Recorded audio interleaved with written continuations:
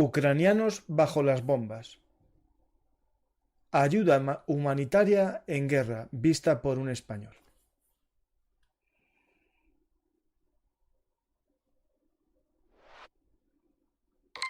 Hola a todos, esto es Velum Artis, actualidad militar y geopolítica. Soy Francisco García Campa y os voy a acompañar en un viaje virtual a Ucrania para conocer desde dentro cómo es esta guerra. Para ello contamos con la ayuda de un amigo del canal, Miguel Gutiérrez Garitano, con el que ya viajamos a Irak durante los años horribles del ISIS para conocer cómo fue aquella época donde había dragones, para ahora conocer de su mano la guerra en Ucrania. Espero que este viaje os sirva para conocer el horror de la guerra y también para reflexionar.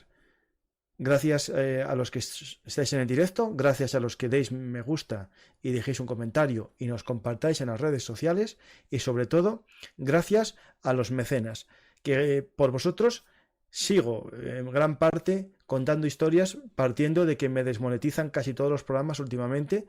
Todos los que llevo del conflicto de Israel están desmonetizados en esta plataforma y gracias a vosotros sigo contándolo también realmente por querer mostrar lo que está sucediendo de la manera que creo que es más objetiva y real. Gracias y si queréis apoyar, ya sabéis, aquí en el sistema de micromecenazgo o en iVoox también podéis hacerlo, o en PayPal, Patreon y Bizum.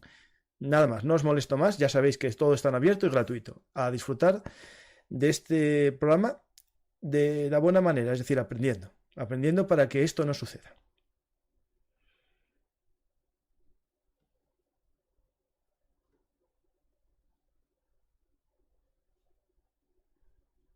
Hola Miguel, ¿qué tal?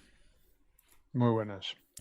Por desgracia volvemos a hablar de un conflicto en el que viajaste, que conociste y que en este caso, bueno, y puedo decir que también en parte el otro que hicimos el programa, la guerra al ISIS, Irak 2016, sigue también abierto de otras maneras, ¿no? Eso es, ninguno se ha cerrado. Es verdad que el ISIS, como ya hablamos, pues ha vuelto a lo que era un grupo terrorista, ha dejado de ser un Estado, pero ahí sigue esa guerra. Es una hidra, ¿no? Cortas una cabeza y 100 ocupan su lugar, esos grupos terroristas yihadistas. Así que es una guerra sin fin. Pues ahora estuviste en una guerra, digamos, de esas que se puede decir asimétricas y irregulares. Ahora estás yendo con un tiempo con una frecuencia que nos vas a ir explicando a una guerra, Sí. digamos, convencional entre dos ejércitos, ¿no? Convencional más al estilo clásico, pero sí Mm. que es cierto que aquella tuvo una parte convencional también y luego terminó más de guerra Pero es verdad, como tú dices, que al ser más débil el Estado Islámico que los ejércitos que avanzaban contra él, pues hubo más golpes guerrilleros, era una guerra un poco diferente a esta. Esta no tiene nada que ver. Esta es una guerra de posiciones, es una guerra de artillería fundamentalmente, es una guerra de drones y es una guerra de vehículos mecanizados menos. Ya hablaremos después, pero está teniendo menos protagonismo porque se está viendo que son menos eficaces que en la guerra mundial los tanques, ¿no? Pero bueno, luego eso lo podremos desgranar en su momento y poco a poco, ¿no? El tema es que he hecho 6 viajes a Ucrania, el primero de los cuales estuve 3 semanas allí con un compañero mío, con Diego Cortijo, que es conocido también, y pues estuvimos recorriendo todo el frente en las 2 primeras semanas de la guerra. Y yo creo que fue el momento más complicado y momento clave. Clave.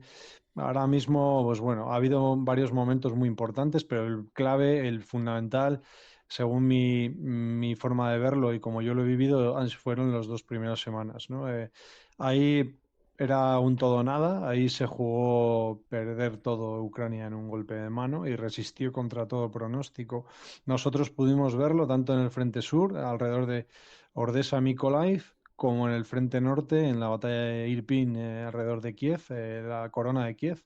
Estuvimos en los dos lugares y la verdad es que tengo muchas cosas interesantes que comentar al respecto y mitos que tirar, ¿no?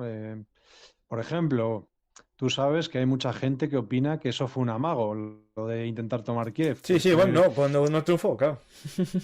sobre todo pues la gente pues más que tira más hacia Rusia, pues dice siempre que una vez derrotados allí, que bueno, pues que eso fue un amago, ¿cómo se llama el engaño ruso? El famoso engaño La ruso, Maskirovka. la maskirosca que la usan para todo, ¿no?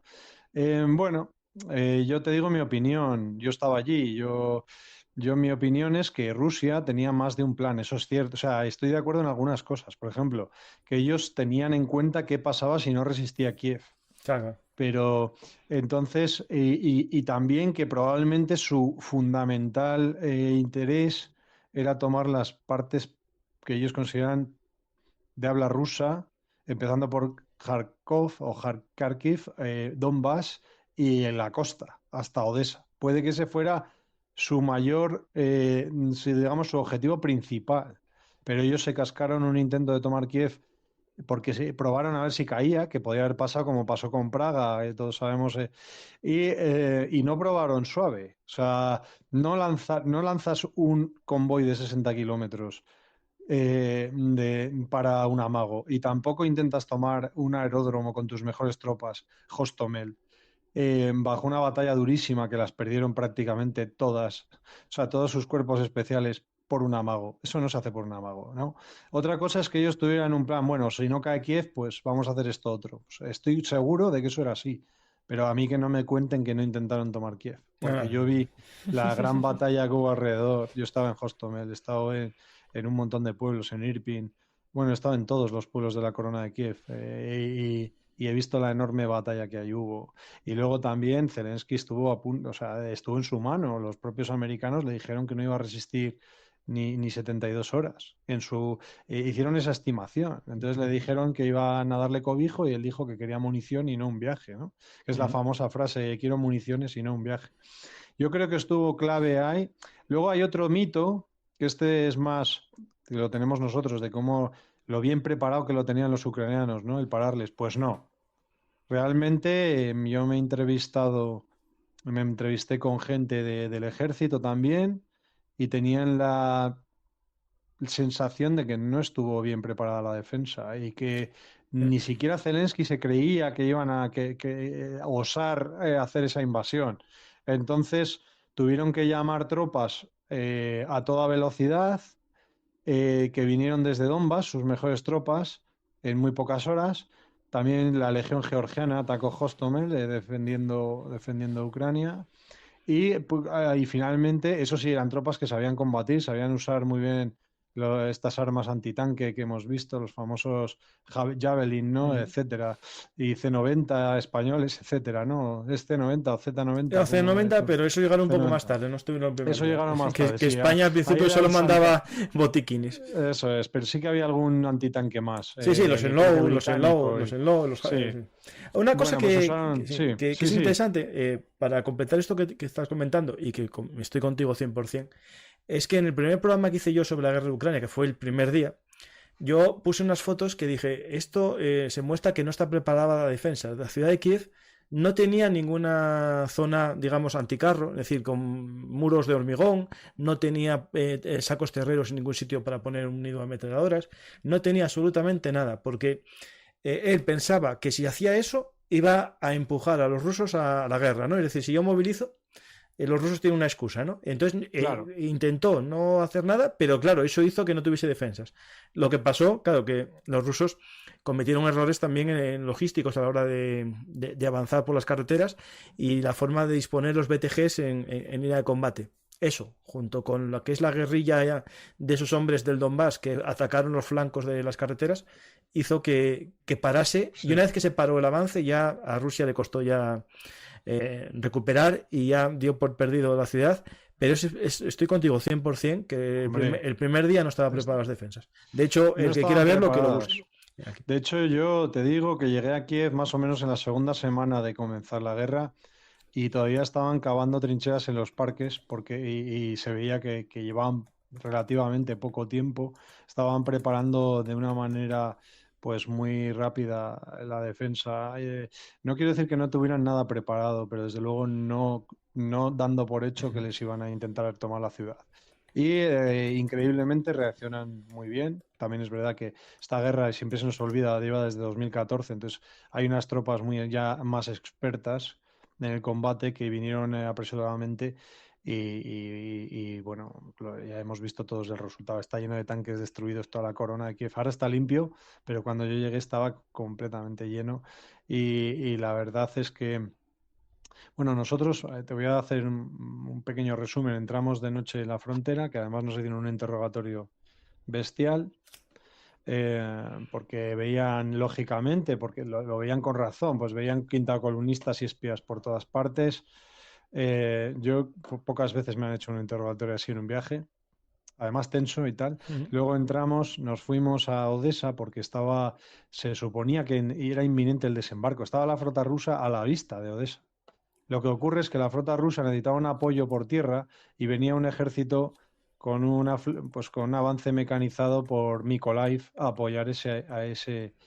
Y también fue parado en Mykolaiv este ataque. Entonces, hizo varias pasadas la flota rusa. Odessa, la verdad es que esa experiencia fue increíble porque había que ver las noches de Odessa cayendo, sobre todo con los antiaéreos. Luego había disparos en la ciudad. Se oían, esto es algo que se ha contado poco. Había disparos. Los coches patrulla de la policía pasaban como locos de un sitio a otro. Se oía que había espías, quintacolumnistas.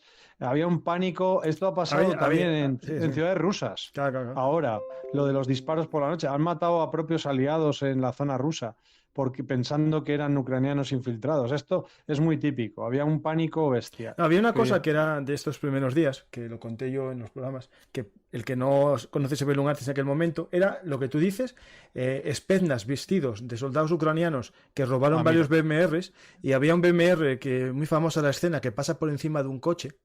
Sí, sí. Un BMR, no, un BMP. BMT. BMT. Pasa Sí. por encima de un coche Sí. y yo decía, esto no puede ser un ucraniano. No, era un ruso que estaba huyendo. Me acuerdo había otra escena de uno que llevaba antiaéreos. Después, varios camiones con soldados rusos vestidos de ucranianos ametrallados.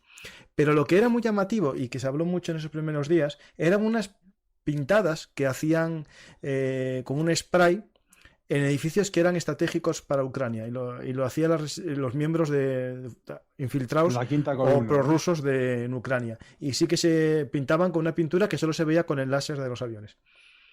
Ya ves. Pues sí, eso se palpaba, o sea, había un pánico terrible, se veían infiltrados o comandos rusos o espías por todas partes y en una de esas había disparos por la noche, ¿no? Y finalmente no se produjo el desembarco y nos fuimos a Mykolaiv porque queríamos ver qué había pasado allí. Nos decían que había combates fuertes y ahí pararon el ejército de tierra que venía a apoyar esto desde Kherson, ¿no? Entonces, había una batalla de tanques en el aeropuerto de Mykolaiv cuando nosotros llegamos, en la parte, digamos, oriental. Hay un gran río en medio y todavía se combatía en la parte oriental, no lo habían cedido. Los ucranianos querían dinamitar el puente, pero después de luchar por la parte oriental. Y vencieron en la parte oriental y nunca han tenido que dinamitar ese puente. Total, que intentamos llegar al aeropuerto y nos apuntaron con armas, o sea, no nos dejaron. Había una batalla, nos apuntaron con los Kalashnikov, ¿no? Y había una batalla tremenda. Y luego, además, había varios barrios residenciales destruidos. Estuvimos con los pobres residentes, varios habían muerto, familias enteras. Mykolaiv ha sido castigadísimo. Todavía le cae, así como Odessa ahora, ha sido más ahora en la era de los misiles, quizás estos, pero al principio de la guerra Odessa estaba intacta, pero Mykolaiv estaba Sí, lo Nicolai fue una machacaron. batalla muy dura que fue clave para que no llegasen a Odessa. Esa fue, digamos, Sí, la que paró eso la es. avanzada. Sí. Bueno, pues después de esto nos fuimos a Kiev, ¿no? Y ahí estaba siendo una batalla muy tremenda en Irpin. Y la situación era la siguiente: los ucranianos habían volado el puente que comunicaba Irpin con Kiev. Y los civiles, muchos se habían quedado en Irpin, no habían podido huir o no habían querido, o muchos no quieren. Entonces ya no podía, no era complicado. Sí que había unas pasarelas, un puesto de la Cruz Roja más allá del puente roto. Y entonces había un grupo de voluntarios civiles que iban, cogían los coches rotos del puente, los arreglaban en un taller que estaba a 100 metros bueno, digo de las líneas rusas, pero realmente se combatía casa por casa y era muy difícil saber cuáles eran las líneas en Irpin. Y estos voluntarios arreglaban, iban a la única gasolinera que quedaba en manos ucranianas, llenaban estos coches y hablaban por teléfono con gente que quería evacuar e iban a buscarles, pero nosotros estuvimos con ellos, yo ya sabes que escribo libros, entonces Ujú. estuve con ellos 48 horas, que son las más locas de mi vida. O sea, el riesgo que adoptaban era terrible. O sea, iban por sótanos, por casas, a veces se cruzaban con los propios rusos. En una de estas, que ahí no estaba yo, pero se cruzaron con los rusos que les pararon el coche, que en cualquier momento de estos les pueden matar, y les dijeron que así hicieron una broma, les dijeron, ¿queréis que os llevemos a Kiev? Y dijeron, mejor no, ¿no? Y les dejaron marchar. Pero eh, ahora, bueno, entonces, bueno, había bombardeos, estaban venga a caer bombas, y en una de estas, se nos echó encima íbamos en 2 furgonetas llevando civiles, y se nos echó encima un BMP, ¿no? El carro blindado este, Ujú. o ¿cómo es? No, BMP, sí, Tú sí, sabes más de... sí, sí. Un BMP-2 creo que era. Ujú. Y se nos echó encima bueno, nos perdonó la vida porque paró delante de las furgonetas, creíamos que estábamos muertos y se fue por otra calle. Y lo que pasa es que nos paramos ahí, nos metimos en un chalet para sacar a una señora mayor en silla de ruedas y a su marido de la casa con estos voluntarios, y entonces apareció la infantería. O sea, salíamos de lo que es el chalet, Ujú. y de repente 2 tiros en el suelo, salía un ucraniano delante mío, yo salía con la mujer en silla de ruedas y cayeron 2 tiros delante nuestro. Tuvimos que volver a entrar, la única salida estaba ahí, y por un ucraniano que salió con una bandera blanca, con un paño blanco, les pidió en ruso que no nos mataran y nos dijo, salid, salid, salid. Salimos todos, montamos en las furgonetas a la mujer y tal, con los otros civiles, y nos fuimos hasta el puente. Bueno, llevábamos 2 días de llevar gente al puente. Este día debió haber un avance ruso, y fue el día que murió Brent Renaud, un periodista americano, en las mismas situaciones, acompañando a los voluntarios también en Irpin, y le pegaron un tiro en la garganta de Kalashnikov y en la cadera a su compañero, Ujú. que iban en un coche con ucranianos voluntarios, lo mismo que nosotros, ¿no? Y fue el día que se cortó el acceso a extranjeros en el puente de Irpin, porque ya la batalla... Y esto, yo he vuelto después a Irpin, ahora que la están casi reconstruyendo, y entendí la situación. Yo no lo sabía, porque son cosas que te enteras después, ¿no? Pero me contaron a posteriori, porque por cierto, mis amigos fueron heridos, mis amigos ucranianos fueron heridos a posteriori, porque en una de estas que se encontraron los rusos ya no hubo tanta piedad y les ametrallaron por la espalda y les pegaron a mi amigo 3 tiros, al que lideraba este grupo de rescate, y está vivo, afortunadamente, aunque la pierna no tiene sensibilidad. Pues me contó lo que habíamos vivido. Se ve que los 2 tiros que había al principio, bueno, el BMP ya nos perdonó, pero luego hubo 2 tiros en el suelo, que yo creía que eran tiros al azar, que habían fallado, pero resulta que él nos dijo que era un francotirador que había en una torre y que habitualmente mataba civiles, pero que ese día nos perdonó también la vida porque nos podía haber dado perfectamente, y fue un Ujú. tiro de advertencia de largaros de aquí. O sea, ellos lo saben porque lo han vivido muchas veces. Entonces dice, cuando hacen eso te están diciendo que os piréis. Y era porque ese chalet al que fuimos al final estaba al lado del Parque Central, que es la zona universitaria, que es donde estaban uno de los cuarteles de blindados rusos. Entonces estaba el perímetro de seguridad a ese lugar, y pasaba patrullando el BMP y había francotiradores protegiéndolo y demás, ¿no? Entonces ahí pues nos la jugábamos muchísimo. Pero bueno, el caso es que toda esa batalla de Irpin la vi en directo, y te puedo asegurar que intentaban tomar Kiev, pero vamos, con, Sí, con con todas las uñas y ganas. Sí, sí, dientes. sí. Con uñas y dientes. Además, había mucho soldado buriato, de estos buriatíes, de rostro Esos fueron los achinado, que hicieron en teoría lo de tipo Bucha. Lo mongol. de Buja fueron ellos. Claro, eso lo hicieron los de Bucha, pero también estaban en Irpin, eran los mismos.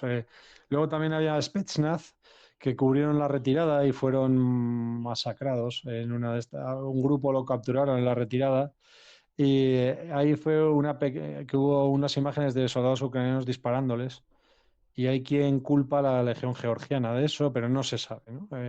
Sí que hubo alguna ejecución de Spetsnaz, pero vamos, que hubo gran mortandad también de los cuerpos especiales rusos, que son su joya de la corona. Sí, Por sí. amago nadie los arriesgaría. No, no, lo que está claro es que a lo mejor entrar en un combate urbano en la ciudad no era su objetivo, pero Eso es. descabezar al gobierno de Kiev, matando a lo mejor a Zelensky y a los que estuviesen en el palacio presidencial, eso seguro. A mí eso no, Claro. nadie me lo quita.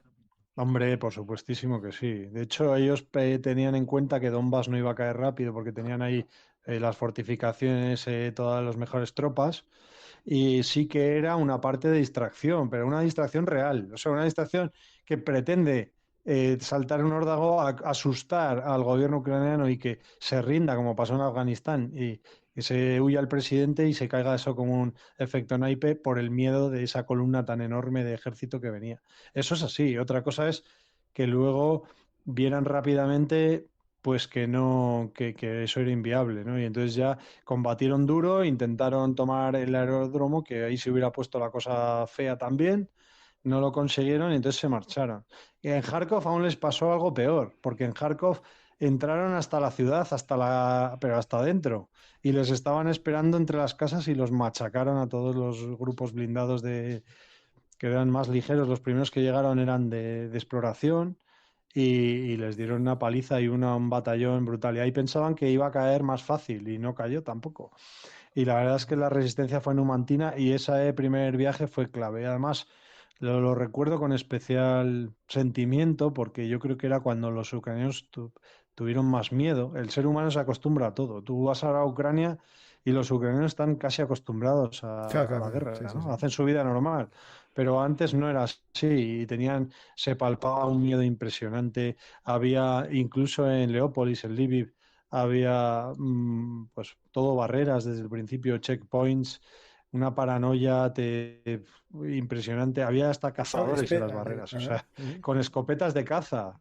O sea, todo el mundo estaba volcado ahí. Había un movimiento de voluntarios ucranianos bestial. Cuando ya nos vieron que éramos pues, voluntarios de ayuda humanitaria, nos pedían que durmiéramos en sus casas. O sea, era algo brutal. Después la cosa ha cambiado bastante. Al mismo tiempo que los ucranianos han vuelto un ejército súper experto en guerra y saben ya perfectamente lo que tienen que hacer, su propia pues población civil se ha acostumbrado a la guerra muchísimo más, ¿no? Entonces ahora es algo curioso. Ahora donde no hay guerra, tú no notas la guerra.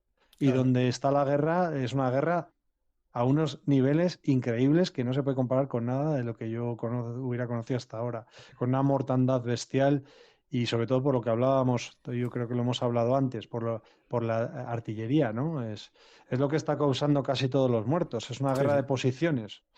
Y las guerras de posiciones es porque hay una especie de empate, entonces se producen las posiciones y una vez tienes las posiciones, la guerra es de artillería y contraartillería y cazar las piezas de artillería del otro y matarle a mucha gente. Mm. Luego están los drones, esto sí que es algo novedoso porque se habían usado antes en Irak, lo habíamos visto con el ISIS, pero no como ahora, no de manera industrial, no para tantos niveles de uso, porque se usa para explorar, se usa para tirar bombas, se usa para localizar objetivos, hay drones kamikaze, es una cosa bestial lo de los drones, ¿no? Eso fue una Y en evolución que cambio, esta guerra le dio un sí, impulso sí, a la drónica impresionante.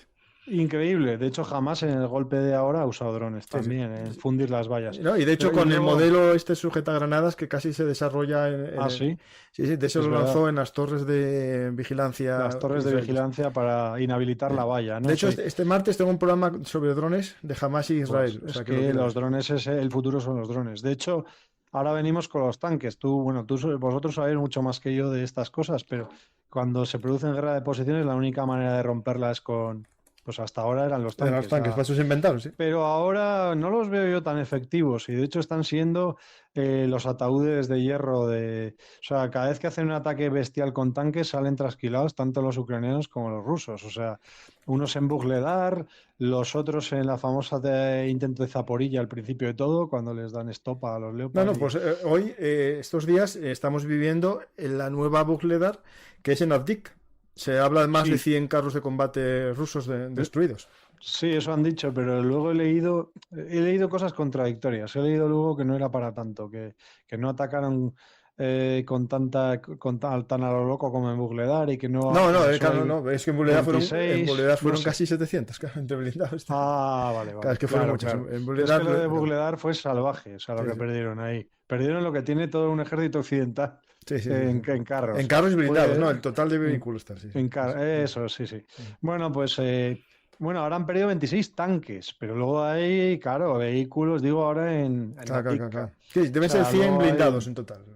A ver, eso es, que es Sí, sí. mucho, claro, también. Eso para Sí, España es sí. casi la mitad de su ejército. Mira, hay una cosa que, antes de que sigamos, cuando hablabas de los soldados armados con escopetas y poco más, aquí en este vídeo que me pasaste es tuyo, en el puente, que están pasando unos niños por unos tablones el Sí, puente, se ven esos soldados con ropa civil y con armas, que serán milicianos de las guardias territoriales sin uniforme, sí, y seguramente. pero tienen algo que es importante, que yo siempre lo quiero destacar, cuando hay un caso, una guerra, la milicia se diferencia del terrorista con armas en que lleva distintivos. Aquí es verdad que, por ejemplo, lo vimos en Israel, como había milicianos con una bandana y con distintivos, que eran los que podemos asociar a un ejército, y después otros que iban sin nada. Pues aquí vemos que estos soldados todos llevan un brazalete. Sí.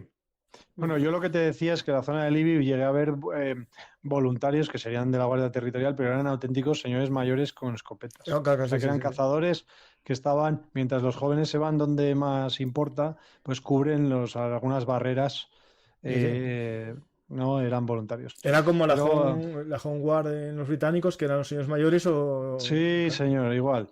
De hecho, ahora se les ve mucho menos, porque yo creo que ahora ya se pusieron las pilas, entrenaron a miles y ya no lo necesitan. Pero al principio todo el mundo que quería ayudar le dieron como su puesto, ¿no? Entonces, Ujú. eh, y en esa batalla de Irpin yo vi varias cosas. Una, como has dicho tú, tíos civiles, luego tíos uniformados que iban en coches civiles, que esto también hizo que dispararan a muchos coches civiles. También los rusos iban en coches civiles. Y luego los dos ejércitos usaban coches civiles y siguen usándolos. Y luego... Y luego había una cosa, yo me quedé por la noche con Diego Cortijo en el puente de Irpin, nos quedamos solos, se fue todo el mundo, daba un poco de miedo, o sea, asumimos unos riesgos ahí, y de repente pues aparecieron las famosas operaciones Avispa, que eran pues esos tipos que aparecen con visión nocturna por la noche Ujú. y hacen un cambio a otro grupo que salía, iban con sacos de dormir y todo tipo de armas antitanque y también de francotirador, ¿no? Y entonces se iban a la ciudad, destruían tanques, mataban rusos y volvían y se iban turnando. Y había algunos pues que tenían una pinta absolutamente profesional, ¿no?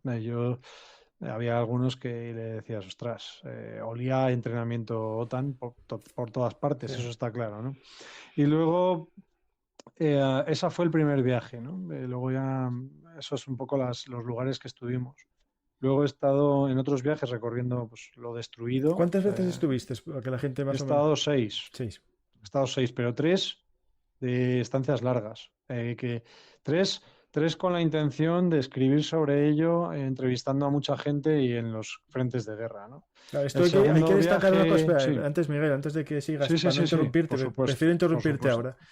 Sí, Hay que destacar que cuando pongo ayuda humanitaria es porque ayudaste a esa gente, pero también tu claro, propio proyecto de escritura, de creación de un vídeo, es también una ayuda humanitaria de sensibilización, que eso es importante. Que tenéis sí, una página bueno, web también, ¿no? Que es sí. Ucranianos bajo las bombas, ¿no? Sí, formamos una plataforma que se llamaba Euchi Ucrania, que en vasco quiere decir AUPA Ucrania Mm. o ánimo, ¿no? Y en un principio pues, ayudamos a unas asociaciones locales de diáspora a traer a gente, sus familiares, pero con nombres y apellidos, con control, etcétera. Solo en un principio, porque al principio los estados no reaccionaron y entendimos que necesitaban una ayuda inmediata y no con tardanza. Tenemos que pensar que era un invierno helador y estaba toda la frontera llena de mujeres y niños tirados. Hubo varios millones de personas en una semana. Nunca se había visto una oleada de refugiados así, que gente que lo ha comparado con otras, pero es que no tiene comparación. Había 7 millones de refugiados en 2 meses. O sea, bueno, pues eso eh, necesitaban un poco de ayuda. Y luego hemos ido llevando sobre todo ayuda humanitaria, o sea, ayuda de primera necesidad a hospitales, etcétera, ¿no? En esta misión quiero decir que yo era uno más de un grupo grande y yo era uno más de los que han hecho esto, ¿no? Entonces, esto por un lado. Lo que pasa es que sí hicimos otro proyecto que era Ucranianos bajo las bombas y que está todavía en curso, que es de pues un poco pues de que la gente se entere. Si la gente no se entera lo que pasa, pues no puede. Entonces queríamos que vieran un poco todo, ¿no? También denunciarlo, el crimen de la invasión. Pero bueno, y luego pues también con un interés histórico, pero sobre todo esto, ¿no? Un interés de denuncia de la salvajada que es. Y hice como en este sentido 3 viajes importantes. El segundo fue después de la ofensiva de Kharkov, cuando avanzan tanto los ucranianos y se produce la batalla de Bakhmut, que es con la reacción rusa. Y cuando ya los rusos reaccionan, hacen su propia ofensiva, toman Severodonetsk y luego en Bakhmut está esta super batalla, ¿no? Entonces fuimos a Bakhmut. Fuimos a Bakhmut en el momento álgido de la batalla. Estuve en Kramatorsk también, que estaba siendo bombardeada a lo bestia, Chasiv Yar. Y finalmente en Bakhmut. En ese momento, Bakhmut era terrorífico pasar porque las carreteras estaban siendo vapuleadas, además había drones vigilándolas. Había días que los ucranianos decían que había un 30% de posibilidades de que te mataran, o sea que 1 de cada 3. Yo hice una entrevista a un paramédico que, por cierto, está muerto, porque la cosa era súper peligrosa, pues en el cual él me dijo que habían entrado 3 coches una vez y había salido su coche solo. O sea, estamos hablando de ese nivel de riesgo, o sea, era una salvajada, ¿no? Entonces, bueno, de hecho, te recomendaban que aprovecharas días nublados para que los drones no te vieran. Luego intentamos pasar por el camino del sur, había 3 vías a Bakhmut y era imposible pasar. Entonces fuimos desde otro lado. El del sur creo que era el de Antinivka, el del centro era el de Chasiv Yar y luego había otro más al norte. Pues el del centro era el menos expuesto y aún así era peligroso. Entonces fuimos por allí y nos encontramos pues los puntos de invencibilidad que había en Bakhmut, que estaban todavía civiles reunidos ahí en sótanos donde había duchas, había misas, se repartía pues sopa, comida y se daban ánimos unos a otros. Estuvimos en esto, ¿no? Y vimos pues, la salvajada que era la mini Stalingrado del siglo XXI, que ha Claro. sido Bakhmut, ¿no? Y ahí, Y ¿cuántos civiles podía haber hasta los momentos finales? Que yo siempre vi que quedó gente casi hasta más o menos marzo, por ahí más o menos. hablaban de 700 al final. Y luego, además, hay una cosa con Donbass, ¿no? Que mucha gente que va dicen, bueno, es que la población realmente es prorrusa, ¿no? Mm. Digo, ya, pero son los que quedan. Porque primero, Claro, claro, hasta claro. 2014, echaron a todos los que eran proucranianos. Si vas a Dnipro, a la ciudad de Dnipro, que yo he estado en los centros de refugiados de Dnipro, el, el centro de Caritas, te pongo un ejemplo, el centro de Caritas Donetsk está en Dnipro, porque no puede, Caritas lo echaron de Donetsk. Y hay 300.000 refugiados de Donetsk en Dnipro, solo. Entonces, lo que quiero decir con esto es que había un montón de gente que no comulgaba, pero está fuera. O sea, entonces, los que han quedado o son gente muy mayor y muchos han sido soldados en el Ejército Rojo, de esta Mm. gente mayor, etcétera. Entonces, algunos de esta gente mayor, sobre todo la gente mayor, pues sí, estaban allí esperando a los suyos, claro. Entonces, algunos te decían cosas, pues como por ejemplo que haya un bombazo y decían, Buah, esto no han sido los rusos, han sido los ucranianos. Sí, Te claro, no decían pueden estas creer, cosas. claro, no pueden creer que los Era suyos los evidente bombarden, que sí. no. Sí, Estaba sí. yo allí y quedaba claro de dónde venían las bombas. Pero esto había de esto, ¿no? Y claro, esa gente pues era ciertamente quinta columna también. Y luego había de todo, también había gente que no quería irse pues porque tenía todo allí y el miedo este de mejor quedarse aquí con lo que tienes, que hay gente así, con sus hijos, ¿no? Y había niños, era terrible ver a los niños allí en ese infierno, ¿no? Y luego pude entrevistar a un sargento de los cuerpos especiales ucraniano a posteriori, no en el lugar, a este le hice la entrevista en otra ciudad, pero bueno, me explicó perfectamente cómo habían sido sus combates y la verdad es que era increíble, eran grupos pequeños metidos en sótanos. Ellos cada grupo compartían 2 o 3 grupos, 2 o 3 posiciones y se iban moviendo de un lugar a otro, Mm. preestablecidos. Y bueno, pues de vez en cuando les hacían una emboscada a grupos de cuerpos especiales rusos, gracias a estos chivatazos de alguna quinta columna, estos están aquí, y les tiraban con morteros. Decía que lo que más miedo le daba, yo le hablé de los tanques, me dijo que nada. que lo que más miedo le daba eran los morteros, ¿no? Que les tiraban con mortero intentando cazar su posición. Y de hecho me enseñó una foto en que era un sótano, pero les habían derribado la pared porque un parte daba al exterior. Entonces, toda esa parte de se Claro, sería derrumbó más sobre bien un ellos. bajo, ¿no? Por ejemplo. Un bajo, Eso era sí, un bajo, sí. era un O bajo. entresuelo o algo así. Y era un bajo, una especie de entresuelo. Entonces ahí les acertaron, pues porque alguien marcó el lugar y ahí les hicieron varios muertos. Y bueno, y aún así había que ver la moral que tenía el tío, ¿no? Él se había tenido que ir de Bakhmut por un problema de salud, que le habían operado de un cáncer, y estaba cabreado por no poder estar allí. Y todo el rato le decía, pero bueno, qué horror, qué infierno. Y él me decía, no, estábamos allí, pues era nuestro trabajo y no, la moral era alta y tal. Mm. Bueno, Claro, una esto es muy pregunta. ucraniano, Claro, ¿eh? esto Sí. que estuviste allí y entraste y saliste. Con José María siempre debatimos cuánto tiempo podía estar un soldado ucraniano en Bakhmut. Porque Bueno, frente a los rusos que decían que estaban ahí meses y meses, que había cierta rotación. bueno, no lo tengo claro, pero este soldado me dijo a mí que él estuvo 2 meses en Bakhmut. Vale. Yo no sé si eso es la rotación o estuvo 2 meses y rotó Claro, dentro claro. de esto, no Dentro lo de esos sé. 2 meses, claro, entrando y saliendo, sí. Y luego estuve con mi amigo, el que te digo que ha fallecido, que le mató con metralla, que era el, digamos, líder y alma mater de un proyecto de paramédicos voluntarios que se llama Misión Fénix Ujú. o Grupo Fénix, y que, bueno, son checos voluntarios, y este hombre pues me contó cosas muy interesantes, ¿no? Me dijo, pues, por ejemplo, que con los Wagner, con los convictos, yo llegué en plena guerra de los Wagner, o sea, la ofensiva Wagner, ¿no?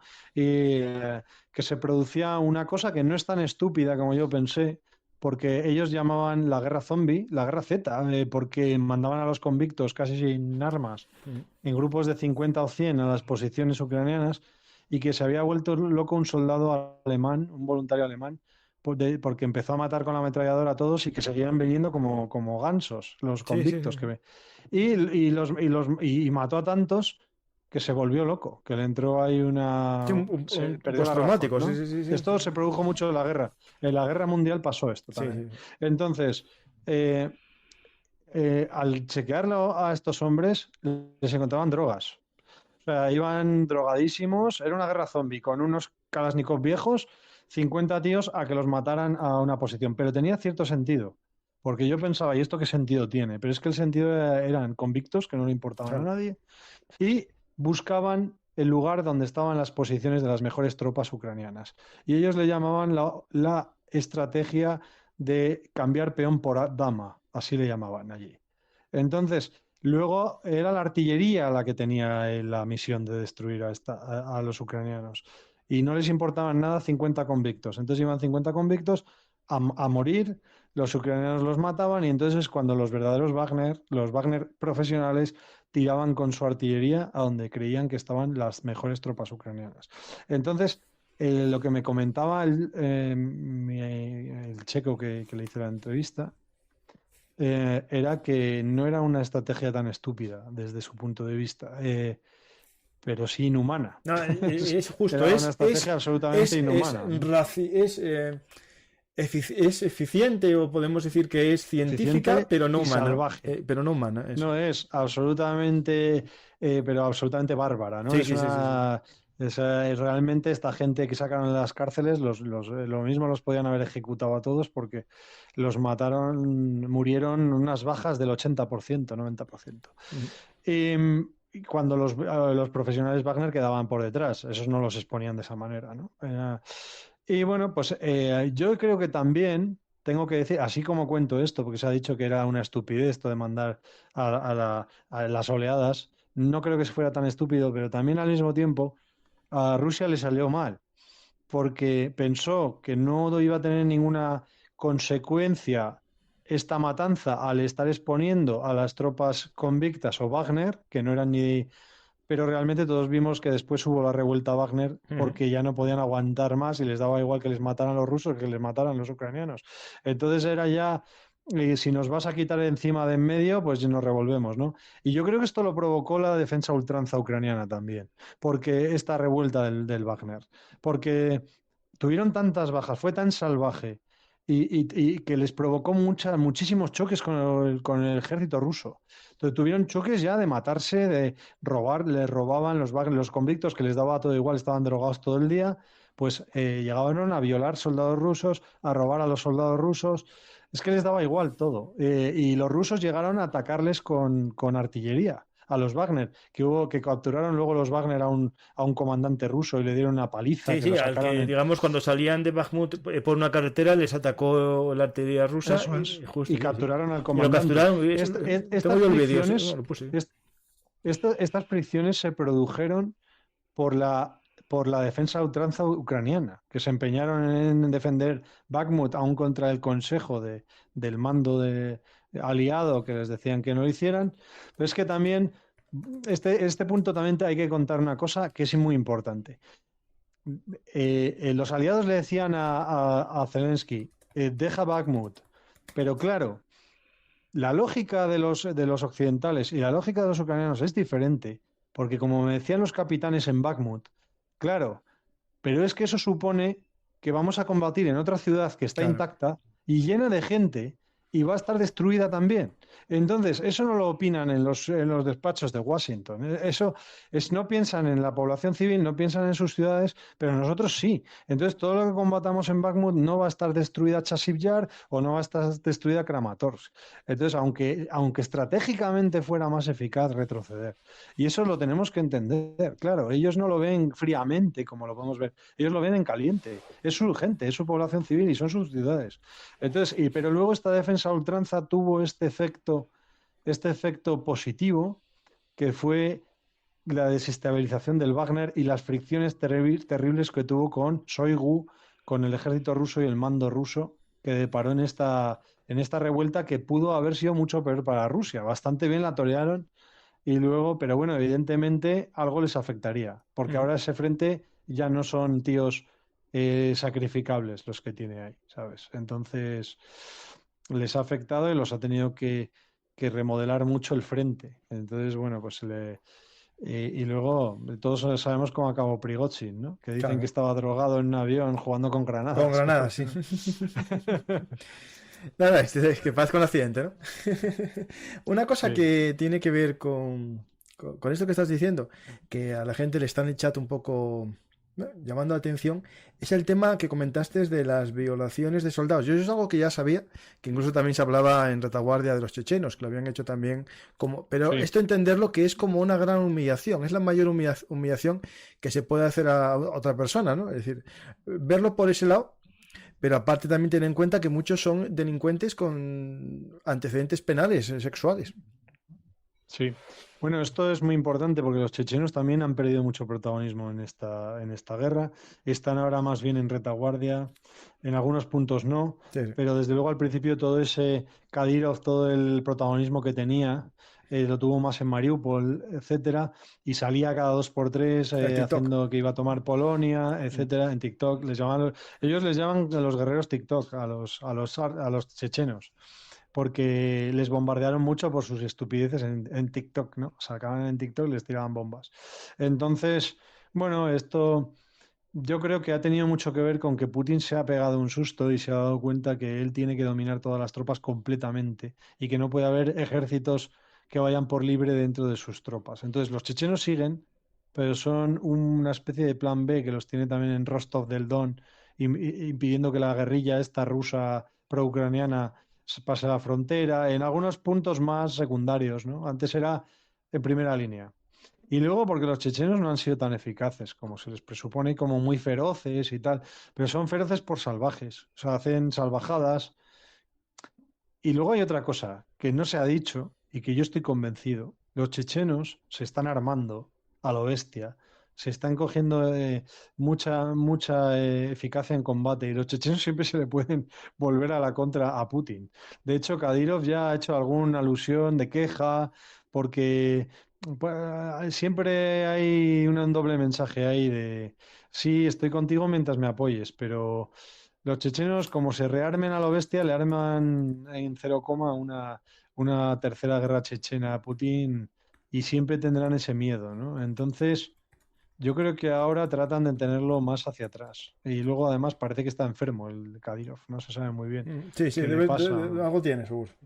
A ver, dos Algo cosas, tiene. aparte de lo mental, tiene otra Sí. cosa. Bueno, eso es. Aparte de que es un ser sin alma, ¿no? Un auténtico mafioso. Pero bueno, aparte de eso. Y bueno. Y nada, y luego el tercer viaje, así, el tercer viaje, digamos, documental, no humanitarios fueron todos, pues fue a Kupiansk, porque estaba empezando la ofensiva rusa por este lado, lo de los 900, la última, lo de los 900 tanques que avanzaban por Sí, sí, allí, sí. ¿no?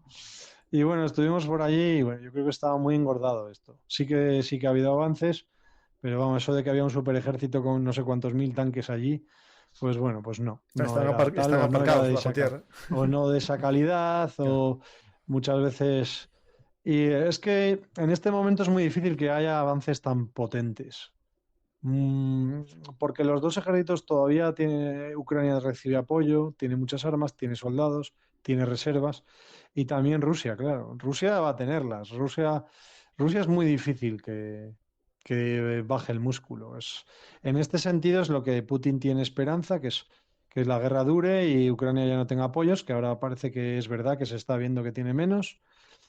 Pero yo creo que tampoco se puede permitir Putin cientos de miles de muertos durante tantos miles de Pues años. parece que sí, no sé, es una cosa esto, No lo sé. manda más y cuando está, ahora mando más todavía a morir, porque o lo que hizo estos Sí, últimos días, sin ningún tipo de éxito, parece eso, no sé. ya. Bueno, pues veremos, ¿no? Con el tiempo, la verdad es que la guerra se ha convertido en el peor escenario en este momento, que es Sí, que sí, va a durar mucho esto es lo y peor. va a tener muchos cientos de miles de muertos, puede que más, millones, puede que millones, puede más de 1 millón posiblemente. Ya veremos, a ver. Sí, porque Veremos. puede que se vaya bajando un poco la intensidad y de repente suba y de repente baje y esté así hasta que se estabilice en una especie de armisticio a lo coreano. Yo es que no veo otra situación. Sí. Luego estuve en Kherson, estuve en la presa destruida de Kakovka, cerca, no llegué Mm. allí. Está siendo muy bombardeado los accesos y el ejército no te deja pasar. Es un lugar. Pero intenté llegar, me echaron y llegué a Kherson. En Kherson he estado 2 veces. Y no, miento, he estado una. La siguiente no llegué, la segunda no llegué. Pero bueno, la primera fue antes de la destrucción de la presa, cuando estuve allí, en la propia ciudad, y era terrible porque era una ciudad a la que el alcance de la artillería llega. Entonces todos los días moría gente, todos los días. Y era como una lotería del diablo esto, ¿no? Estuve con un cura católico que el día de Navidad le cayó una bomba en su dormitorio y estaba el obús Ostras. al lado de un cohete, estaba al lado de su cama y él lo llamaba el milagro de Nochebuena, ¿no? Estaban O sea, allí, no le además, estalló, ¿no? no le estalló. Cayeron tres, estallaron dos en el jardín y le cayó a su dormitorio al lado. Yo tengo fotos de este cohete, ¿Qué? no estalló. Entonces le llamaron el No es más, milagro yo del es que padre Maxim, se llama Maxim. vi una foto tuya con un sacerdote, pero no sé si me la Sí, mandaste o la vi este por es. internet. El internet Vale. el link de ucranianos bajo las bombas. Pues este era el padre Maxim, es un cura católico y le llamaron, todos los fieles le llamaban el milagro de Nochebuena. Pero es que luego además debieron de salir fuera, asustados y tal, y vieron en Navidad que caían luces y pensaron que era un milagro y era el fósforo blanco, ¿no? Y se tuvieron que volver a meter corriendo. Y entonces están así todo el día con... Eso es terrible lo de Kherson. Kherson está siendo machacada de una manera. Y luego ya volaron la presa y se quedaron un montón de pueblos sin agua, porque, claro, sacaban el agua del embalse. Entonces, ahora hay que verles allí, llegando camiones con botellines, sacando de pozos, yendo con cubos hasta el río, como a la vieja usanza, a lavar y todo con cubos y así andan, ¿no? Y ha sido un desastre también medioambiental, han muerto muchas especies, es un desastre absoluto lo de la presa, ¿no? Y hay que Una, ver todo ese terreno empantanado. una pregunta que es un Sí, poco... aviso que puede parecer tonta, pero no. Y las lavadoras realmente desaparecieron de los pueblos, a ver si la gente... Porque los rusos claro que en sí, todos los vídeos se veían llevando lavadoras. claro que sí. Esto había un saqueo constante, es que hubo un abandono de las tropas rusas y hay, no les dejan rotar, les tienen en puestos muertos de asco. Y ha habido incluso gente.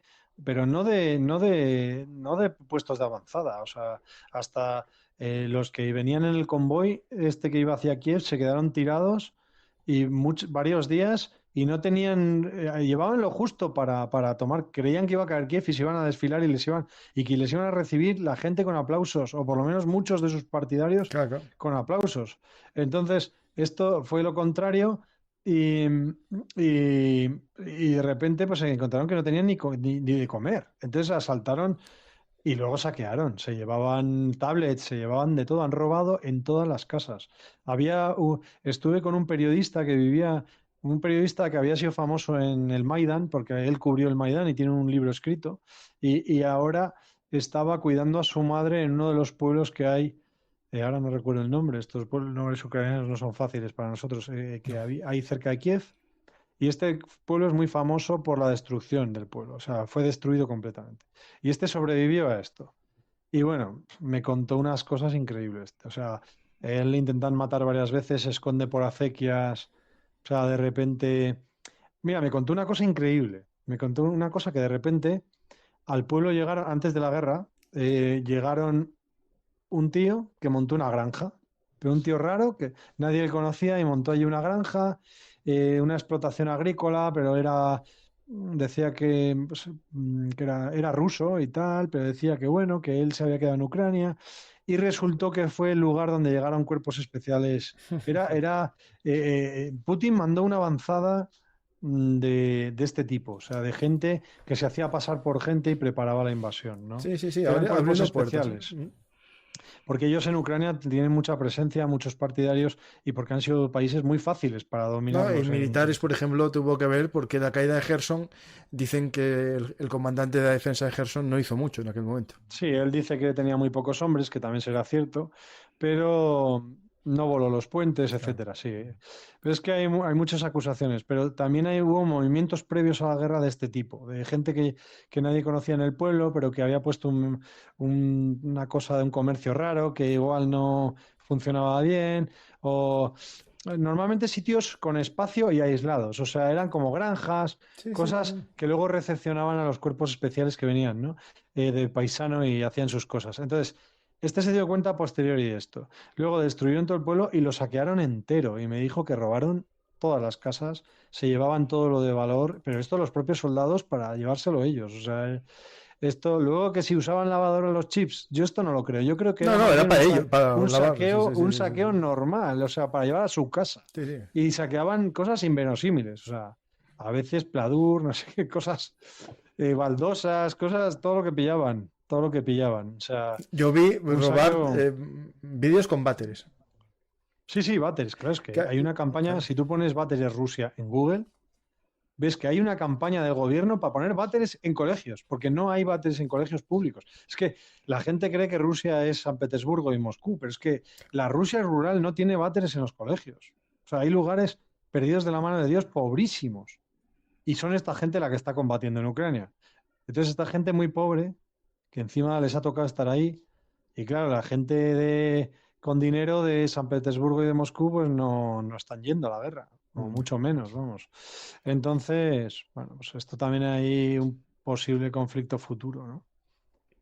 Y veremos, y veremos. Pero bueno, luego otra cosa que es increíble es el espíritu ucraniano, ¿no?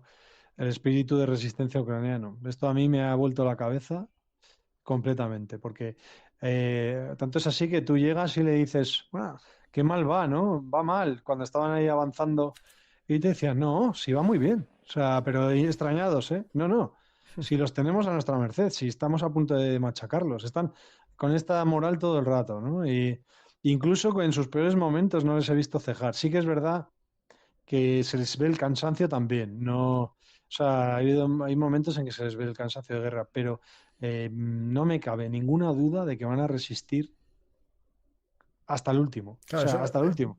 pero eso dependerá siempre, claro, del resto del mundo que les siga dando las armas, que les sigan Sí, dando. pero ellos yo creo que van a resistir también si no les dan. O sea, eso sí, muriendo todos, perdiendo o lo que sea, pero no van a cejar. Es más, fíjate, otro soldado de que también era de los cuerpos especiales, yo le dije, ¿y qué pasa? Ellos tiran. Digo, oye, hay riesgo de que ya Putin pues pierda la paciencia y os tire un arma táctica, ¿no? Con nuclear, y os pete una ciudad. Y me dijo algo que me dejó totalmente loco. Y me dice, so what, en inglés. ¿Y qué? Y le digo, ¿cómo que y qué? Si os tiran y os destruyen una ciudad. Y dice, ya, pero es que no tenemos opción. ¿Y No, qué claro, rendirnos. hacemos? Claro. Nos rendimos y nuestros hijos y nuestras ciudades ahí en manos de esta gente. No, es que es que aunque la tienen, vamos a seguir, porque es que no tenemos opción. Y dice, ya tuvimos Chernóbil. ¿Y qué? Aquí estamos, con Chernóbil. Hemos salido adelante, ¿no? Pues que tiren un arma táctica, es que no nos vamos a rendir. Y yo me quedaba y digo, joder. Entonces, este es el plan, esto es la moral ucraniana, ¿no? Entonces, bueno, este es otro de los grandes mitos. Luego está el mito de los nazis, que sé que hay nazis por todas partes, ¿no? Este es otro de los mitos. Nadie va a negar que hay grupos ultraderechistas, Pride Sector, etcétera, y el Claro, Azov. claro. Bueno, pero que también ha cambiado bastante, porque primero los Azov eran mucho menos cuando empezaron y eran unos hinchas de fútbol. América presionó para que todos estos radicales que venían de estos grupos fueran desapareciendo.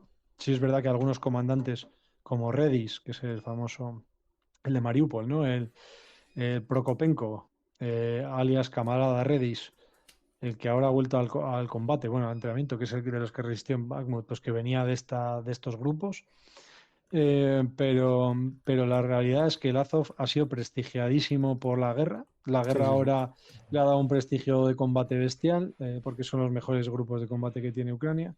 Y entonces ahora se apunta a gente de perfil muy amplio. Incluso, como han documentado periodistas como María Senovilla, hay un ala de judíos del Azov. O sea, Ajá. hay combatientes del Azov que van con una pequeña equipa. Ah, sí. Pues tengo que preguntarle Sí, que me sí. mande fotos o algo así. Porque es muy importante Sí, dar están esa información. publicadas, ya te mandaré esto.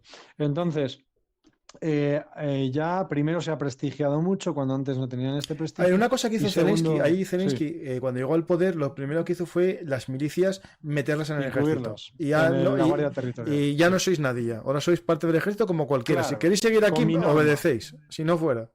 Sí, de hecho, hay una polémica que es cuando le van a dar la máxima distinción ucraniana a Redis, a Prokopenko, por su defensa, por sus combates en Donbass, que había sido él tomó Mariupol, retomó Mariupol, aunque para los ucranianos, antes de que perderla otra vez, y etcétera, etcétera.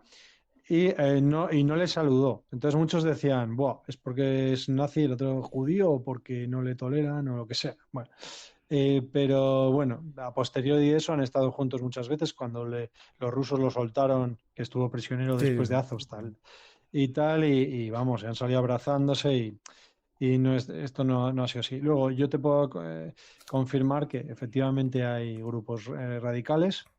Pero en Rusia también, en Rusia también. En Rusia más. Por eso. Y luego, y ultraderechistas también, ¿en qué país de Europa no hay? O sea, en el Parlamento de Ucrania hay menos. Y antisemitas en países que no son europeos más, casi.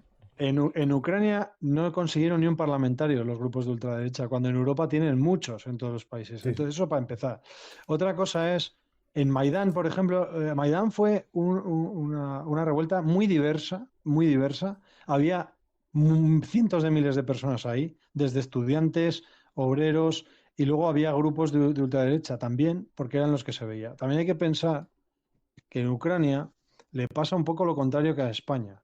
Ucrania, su juventud, pues tiene un poco el chip de que la rebeldía, de que el totalitarismo lo relacionan con el comunismo. Porque ellos relacionan el totalitarismo, lo que les ha tenido totalmente esclavizados, con el ejército rojo y con el comunismo. Entonces, es al revés. Aquí es lo contrario. Entonces, la gente joven de aquí pues tira más pues, por hacer esa contra la ultraderecha, la izquierda, etcétera, porque se recuerda la época de Franco como el totalitarismo. Pero es que allí pasa lo contrario. Allí ven de una manera más normal que la gente joven tire hacia la derecha o tal, porque para ellos la izquierda no es la nuestra. Justo, ya, sí. Es la Unión Soviética. Es que todo el mundo se olvida de esto. Entonces, hay que pensar la mentalidad de Polonia, la mentalidad de Claro, no se pueden unir las mentalidades o comparar la mentalidad nuestra con la ucraniana. Hay que ir allí, entender su historia y entender que para ellos el gran horror totalitario es la Unión Soviética. Entonces, para ellos el comunismo es lo peor y están limpiando, están haciendo una memoria histórica igual que la de aquí, pero al revés. O sea, están quitando nombres de calles y símbolos de la Unión Soviética, porque para ellos es el totalitarismo y Europa es la democracia. Claro, aquí el que hace su memoria histórica critica la memoria histórica de Polonia porque quita una estatua de Stalin. Claro, es que hay que entender que Stalin mató más gente que cualquier otro dictador, menos uno. Pero y encima de la suya. Casi, y también de la suya, que este es el gran cambio, porque mataba a mucha gente de la suya, mucha. Entonces, bueno, pues, a mí hoy me comentaron un caso de defensa de uno que era stalinista y dijeron, pero ¿cómo puedes defender el stalinismo con los millones de personas que mató? Se pone, no mató tantos, mató la mitad. Ya, o sea, y también dicen, no, esa es su defensa. Y la eterna defensa, que es defender el mal, diciendo que venció otro mal, que esto es algo que yo no lo entiendo. Es que vencieron a los nazis, ya, pero también empezaron la guerra mundial ellos, porque invadieron Polonia con los nazis, aliados con los nazis. O sea, no, pero ya dicen que no, que dicen que es mentira. Eso dicen que es mentira siempre. Pero es parte del mensaje. La guerra también la empezó Rusia. No, es que si no llega a ver el pacto aliada con los nazis. Es que sin ese pacto no ataca. Los nazis y no hubieran atacado nunca a los nazis. No. Estaban aliados con ellos si los nazis no les hubieran atacado a ellos. Eran sus aliados. Y resistieron gracias también a América, que les daba mucho material y millones. Pero bueno, esto es otra historia, pero son estas cosas que no comprendo. Pero bueno, entonces allí, pues bueno, yo solo veo un ejército europeo pues luchando. Evidentemente es un país diferente a Europa Occidental, porque ha estado entre los dos mundos, entonces tiene sus cosas. Pero bueno, es un ejército europeo. Sí. También hay que es la frontera, es lo que significa Ucrania, ¿no? Que aunque los rusos están masacrando a ucranianos y se han producido matanzas como la de Bucha, pues que ninguno de los dos ejércitos hacen nada como lo que hemos visto hecho por Hamás, ¿no? Para entrar a pueblos de esta manera. Aunque se están reportando desapariciones y matanzas en zona rusa. A ver, matanzas tiene que haber porque... sí. A ver, y desapariciones de los también. Partidarios. No, es que los hay. Y de hecho, cuando estuve en Kupiansk la última vez, encontraron, después de la ofensiva de Kharkiv, de Sirsky, encontraron cámaras de tortura en Isium, que también había una gran fosa común, aunque también había soldados muertos que los echaron ahí, no solo asesinados. Pero había cámaras de tortura que se encontraron. Sí, me acuerdo yo de esas imágenes. Está bien, de esto, por supuesto que hay. Lo que quiero pero eso, decir eso dentro... es que no se manda a quemar bebés de una manera tan salvaje. Esto solo lo he visto hacer al Estado Islámico en Irak. Eso es lo que yo te iba a preguntar, que tú tienes experiencia de eso, y yo creo que... Estado Islámico. Que jamás lo que está haciendo es el Estado Islámico. Su versión. No sé si es porque se infiltró gente del Estado Islámico en Hamás, que yo viendo bueno, no es un referente real, pero es una serie, Fauda, que una temporada consiste en eso, en uno palestino que luchó con el ISIS, vuelve a Palestina, entra en Hamás y le parece demasiado light y hace una rama dentro de Hamás, que es con las estrategias del ISIS, ¿no? Mira, yo como siempre digo, no tengo vuestro conocimiento, pero yo me dedico más a la historia y no tanto a la militar. Pero hay una cosa que sí puedo decir, y es, en los grupos armados o terroristas o insurgentes, siempre se hace con el mando el más bestia, siempre. Pasó con al-Zarqawi, que es el que creó el ISIL, se quedó con los mandos. El que era el más salvaje y al final se hizo a los mandos. Jamás lo que sí pasó no es tanto que le haya sustituido el Estado Islámico, sino que tuvo una pugna con el Estado Islámico para ver quién se quedaba con el poder en Gaza. Después de echar a Fatah, el Estado Islámico entró y jamás lo echó, pero se dio cuenta de que si ellos no eran tan bestias como el Estado Islámico, les iban a acabar desplazando. Eso es lo que yo pienso, pero es mi opinión pura y dura. Pero jamás expulsó al Estado Islámico. También sabes que tienen un gran combate los talibanes contra el Estado Islámico. El ISIS-K, este famoso de Khorasan, K de Khorasan, que es Afganistán para ellos, ¿no? Ellos llaman, no tienen, la gente de los países musulmanes no usan nuestros términos, llaman Khorasan Afganistán, Levante a Siria, etcétera, ¿no? Entonces... una pugna, pero evidentemente hay una copia de sus métodos, ¿no? Y de hecho, vieron que, ya lo comentamos en otro programa, que este salvajismo tan exacerbado les da adeptos.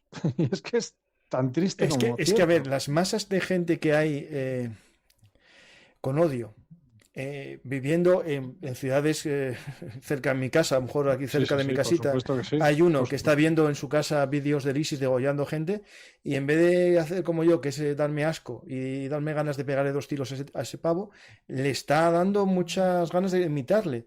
Y eso lo vimos con el ISIS, que llegaron gente de todos los lugares a hacer, no a luchar realmente por una causa, sino a ver su momento de oportunidad de hacer sus sueños realidad, Sí, ¿no? Yo vi una serie claro. que se llama, no me acuerdo cómo se llama, yo soy muy malo para las series, una sueca, de unas chicas que se van a Califat. Califat, Califat. eso, Califat, Sí. justo. Y ahí se ve un poco cómo esos guajes se radicalizan con estos vídeos, ¿no? Ellas con vídeos de tíos buenos que matan gente y los otros queriendo ser ellos, ¿no?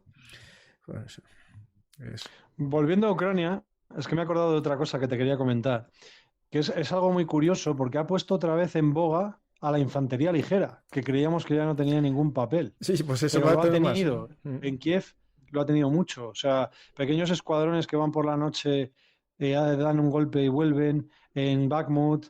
Y de hecho, incluso la ofensiva en Zaporilla empezó como muy mecanizada, les dieron bastante estopa y ahora van los tanques en poco número, tirando más desde como apoyo y son pequeños avances de grupos de soldados que van tomando trincheras, con lo que eso conlleva de peligro, ¿no? Pero ha tomado otra vez importancia la infantería ligera, ¿no? Sí, No sé sí, hasta sí. cuándo, porque con esta guerra de drones de futurista, pues claro, los pobres soldados están totalmente A ver, vendidos, ¿eh? nosotros tenemos aquí un programa ya hace tiempo, que es la guerra subterránea, ¿no? Es decir, por desgracia se van a enterrar, lo vimos que cada vez hay más trincheras Sí, como sí. antes, y habrá túneles y se luchará bajo tierra, avanzando de alguna manera. En ciudad será todo en alcantarillas, porque claro, todo lo que se vea va a estar muerto. Tú imagínate Totalmente. cuando Y de haya hecho, colmenas de drones ahora, kamikazes a low cost, que sea bueno, rentable para una sola persona, ¿no? Entonces tú la mandas... guerra, la famosa guerra de enjambre, que no se Claro. sabe si es ciencia ficción o yo creo que no lo va a No, ser. es un futuro Porque ya cercano. hasta hemos visto a China haciendo shows en Navidad con miles de drones totalmente coordinados que impresiona. Pues Sí, sí. eso primero lo están probando para la guerra y luego lo aplican a la parte civil, no al revés, no Sí, al sí, sí. revés. O Entonces, hacen simplemente ensayos para la tú lo gente. ves qué Claro. bonito, pero claro, ellos lo están pensando. Entonces, vamos a ver efectivamente los enjambres. Ahora también pues ahora yo creo que hay una gran estrategia que es que el débil intenta atraer al fuerte a la guerra urbana, que es donde el único momento en que le puede dar estopa, ¿no? Eso lo han hecho los ucranianos, por supuesto, pero es que también lo hicieron en Líbano, ahora lo está haciendo Hamas. Lo de Hamas es mira lo que te he hecho, vente para aquí que te estoy esperando, ¿no? Le están esperando en la guerra urbana, que también lo hizo el ISIS con Mosul. Retrocedió hasta Mosul y luego dijo, ahora venid aquí porque Mosul ya, aquí no retrocedemos más, ¿no? Entonces la guerra urbana, que ahí es donde sí los humanos somos como ratas que nos metemos por sótanos y de todo y combaten entre los escombros de la ciudad, ¿no? Y si puedes Y meter civiles esto es por un medio, poco, mejor. claro, lo mismo, es que realmente lo de Gaza está repetido. En Mosul fue exactamente lo mismo. El Estado Islámico hizo tantas salvajadas, que el ejército iraquí y el ejército kurdo se vieron ya en la tesitura de hacer algo que no querían hacer, que es asaltar la ciudad casa por casa hasta matarlos a todos. Claro, Eso es lo que el problema que se no querían encuentra, claro, hacerlo, pero es que no les quedó otra. el Entonces, pro- porque las burradas que les estaban o haciendo. Miguel, el problema que encontramos en el caso a lo mejor de Gaza, que diferencia a Mosul, es que en Gaza puedes encontrarte con niños fanatizados con 12 o 13 años, como las juventudes hilarianas, que con un Kalashnikov te disparan. Entonces, claro, Y hay otra diferencia más importante. Y es el Estado Islámico, tú no veías a un tío de la Cruz Roja o un tío ONGero o algún periodista occidental metido ahí, porque le cortan la cabeza inmediatamente. bueno, porque no Jamás les daban es más subvención, porque si listo, les llegan a la subvención, jamás es más inteligente, jamás está haciendo lo mismo que el Estado Islámico y a mí no me cabe ninguna duda de que les cortaría la cabeza también a estos que... mientras suelten la guita, mientras se hayan los millones de euros en Pero ayudas, no. no, y no solo eso, si todo lo que salga en los medios occidentales de contra Israel les va bien. Y toda esta gente va a criticar a Israel, ¿no? Entonces toleran. El otro día escuché en una radio pues, ideologizada, ¿no? Que una conversación que me pareció bastante increíble. Que el de la radio hablaba con un activista de Hamas bueno, activista palestino decían, pero se daba por hecho. Y Si era de Gaza, seguro. le hablaba todo el rato diciéndole, bueno, ¿y la izquierda palestina qué opináis? Porque la izquierda palestina, porque...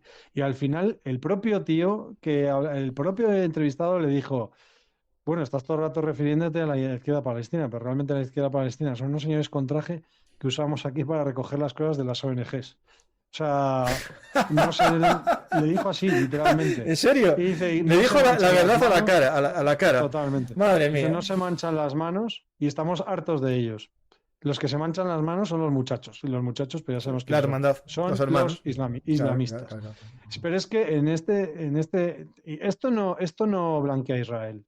Israel ha cometido muchísimos crímenes y además, para mí, estupideces también, incluso egoístamente hablando, Sí, sí, sí, a lo porque, mejor por para ellos. ejemplo, han menoscabado completamente la autoridad de Fatah, que son más laicistas y nacionalistas, eso ha provocado o sea, la subida de Hamas. Sí, sí. De hecho, cuanto más burradas hacen y no negocian nada ni les dan nada a Fatah para negociar, más crece la parte que no quiere negociar. Y entonces esto ha sido una estupidez total. Y además en Cisjordania, que podían haber montado algo, darles algo a los palestinos, pues también ahí les derriban casas, no les dan ni tregua y les están entrando día sí día también. Entonces, esto no justifica lo de No, no, Hamas, que esto ya es. mi postura la he dejado bien clara con El Hamas, Hamas es un grupo terrorista. pero, Los palestinos no son pero Hamas. Israel tiene lo suyo también. No, no, eso Entonces está ahí, claro. por eso nunca he querido ir a esa zona. No me interesa porque veo mal aire, mal aire y no veo en ningún sitio por donde agarrarme. Ay, Miguel, ahí Veo... el problema es que ahí el odio está mucho antes de lo que la gente piensa. Todo el Eso mundo va es. al Sí. 48, pero la realidad es que en 1920 Claro. ya había grupos antisemitas, antisionistas, semitas, Bueno, árabes, es más. y la Hananá que surge para evitar esos ataques, que después el Irgun se convierte en atacante porque no El cree que grupo eso... Stern, el Claro, Ingun, claro, sí. es decir, esto Bueno, llevan... Pero la gente y se luego hay queda... otra cosa. La gente, hay una cosa que a mí me hace mucha gracia. Era una zona muy poco poblada. Había más árabes que israelitas, pero israelitas había Sí, eran sí, sí. sefardíes. Entonces, hubo un momento en que había aproximadamente 1 millón de árabes y unos 500.000 judíos. O sea, siempre ha habido judíos. De hecho, son primos hermanos porque son semitas.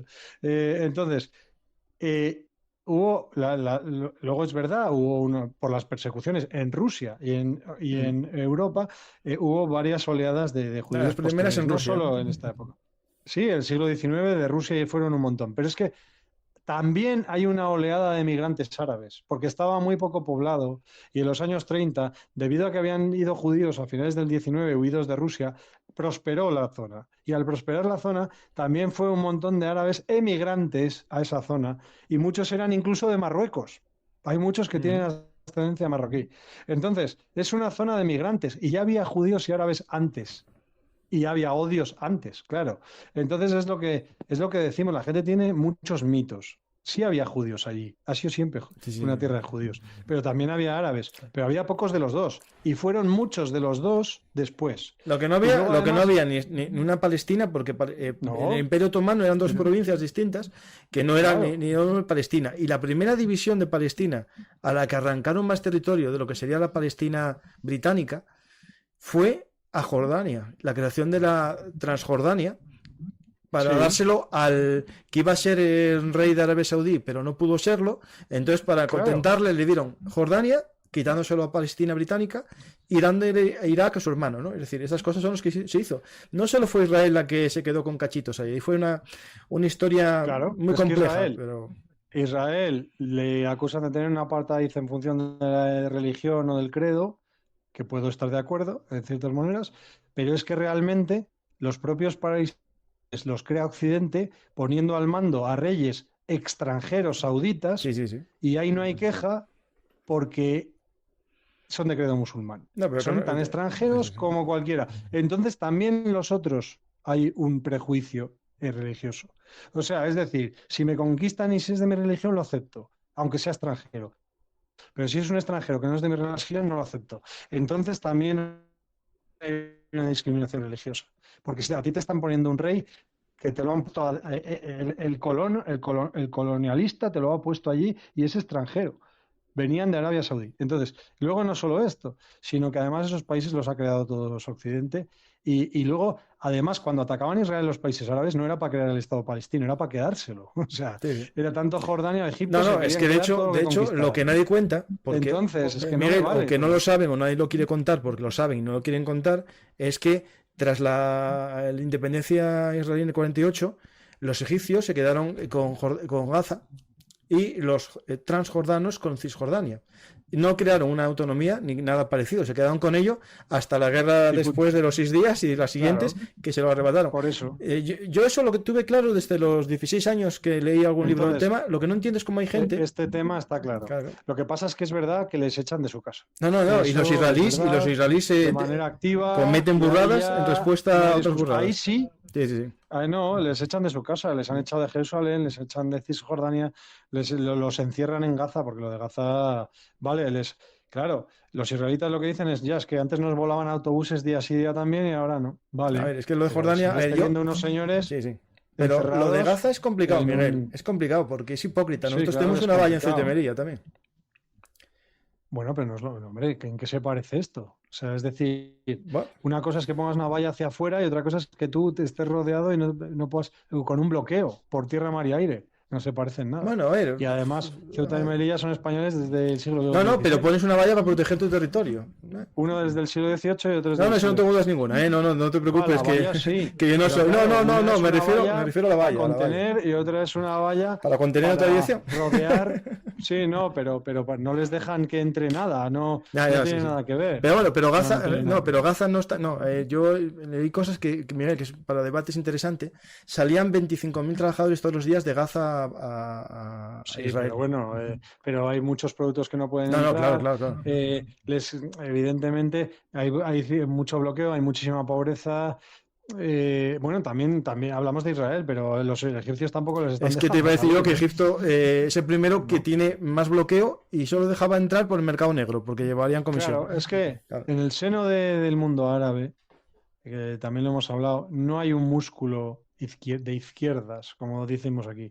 Hay un músculo, ni demócrata, hay un músculo militar, que es el más laicista, que suelen ser los ejércitos, y hay un músculo islamista. No hay más. Son esos. Y esos dos mundos siempre están en pugna. Arafat, que era el laicista, tenía la oposición de estos de Hamas cuando murió y lo mismo está pasando en Egipto. Lo que pasa es que ahora mandan los militares. Entonces, mandan los militares enemigos totalmente de los islamistas, aunque les cae mal Israel, no les gusta lo que les hacen a los árabes, pero son enemigos totales de Hamas y viven del turismo. Viven del turismo occidental y claro, si abren, saben que van a salir muchos bichos malos también entre los civiles que les pueden liar una muy gorda en Egipto. Porque son amigos y son seguidores de los hermanos musulmanes también. Claro, que son sus enemigos. Claro. Entonces los van a entrenar, los van a animar y su propio avispero eso los va a animar si salen. Entonces no quieren. Y si hacen corredores humanitarios, que yo creo que vamos a ver corredores humanitarios por Egipto, incluso promovidos por Estados Unidos, creo yo. Ya presionó de que hiciesen algunas cosas. Sí, porque Estados Unidos tiene sus votantes y muchos están en contra de esto, ¿no? Entonces, yo creo que van a promover, pero va a ser con un control de lo que sale draconiano, o sea, un control bestial. Pero bueno, esto es un poco lo que pienso, que nos hemos ido de guerra, pero bueno, no nos hemos ido tanto, porque es la misma guerra. A ver, eso vamos al tema. Esto es lo que hay que hablar. Esto es un tema. Yo ahí tengo mi teoría de que en las guerras se producen efectos de capilaridad a otras guerras. Todas las grandes guerras llevaron otras guerras de equilibrio, ¿no? Pero también está el fenómeno en la historia de las guerras proxy. Y aquí podemos tener una guerra proxy o de proxy de proxy. Es decir, y yo, que nadie me quite mi teoría, que cada vez la tengo más clara, que detrás de Hamas está Irán. Y justo ayer hubo una reunión que salió en los medios de comunicación, porque lo publicaron ellos, en Qatar, del ministro de Exteriores de Irán, entrevistando o reuniéndose en la casa del líder de Hamas, ¿no? Que por cierto está en Qatar, en una casa de lujo, diciendo a los propios pringados que tienen que luchar en sus casas. Algo muy típico también. Sí, muy típico.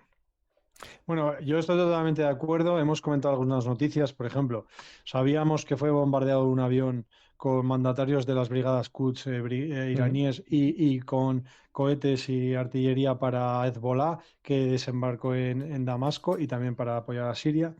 Y ahora, la noticia de hoy, ahora se está usando Rusia, Latakia, para estos desembarcos o estos transportes, un aeropuerto de Latakia. Entonces, es una guerra proxy.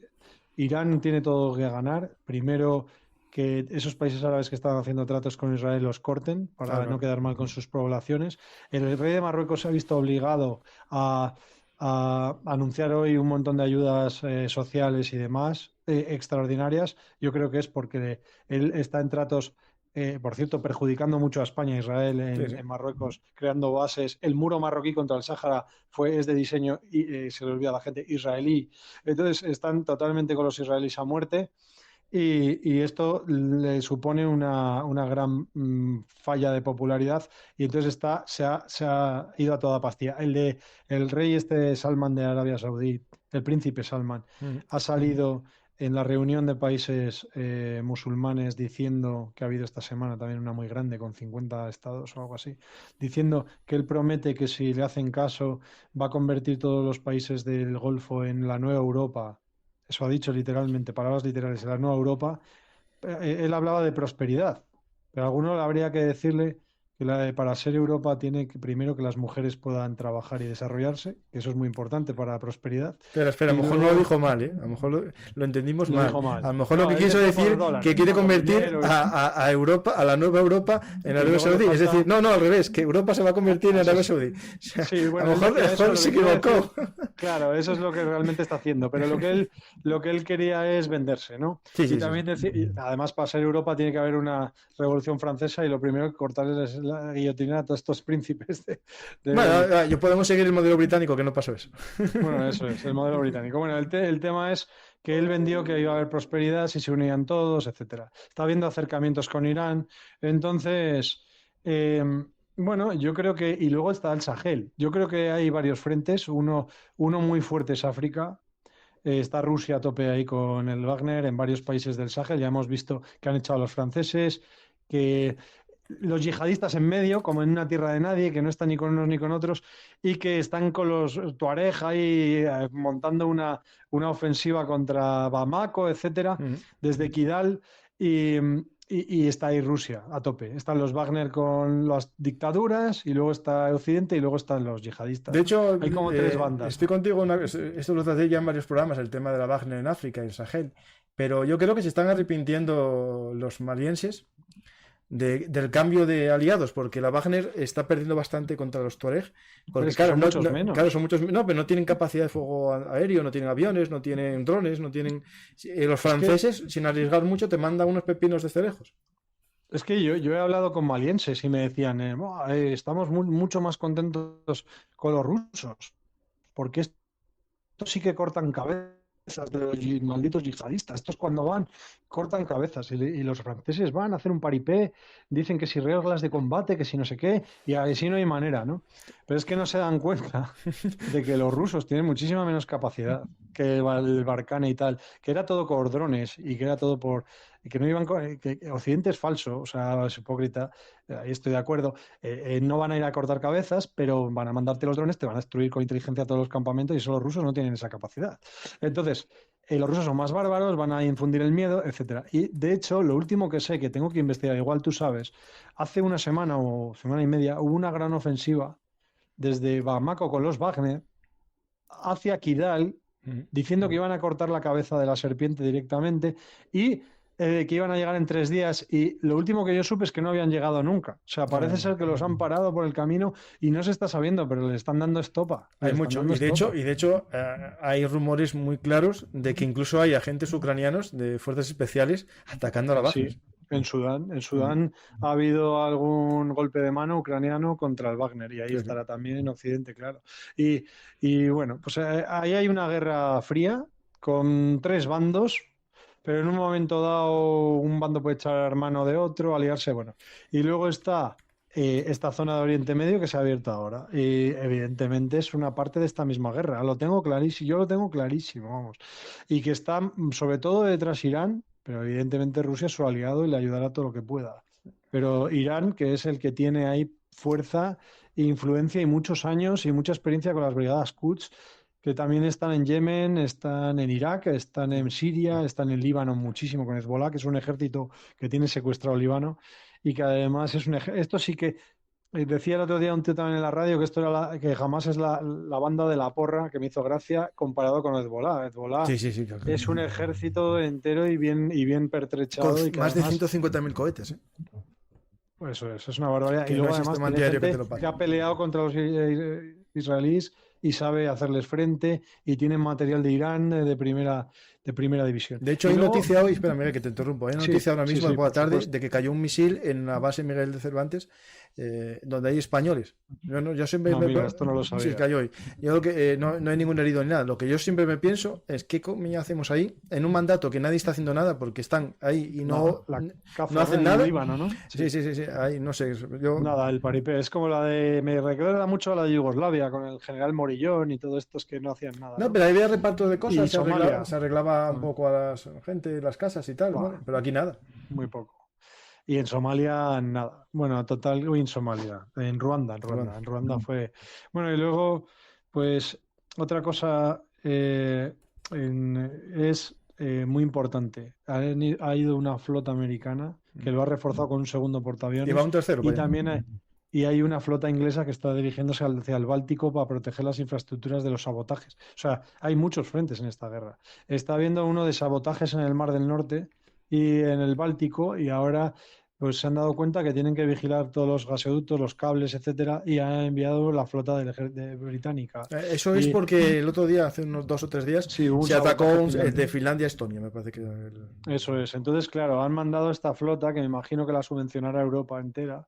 Y luego, y esta flota americana yo creo que tiene varios objetivos, porque me lo ha preguntado gente. Yo siempre doy solo mi opinión.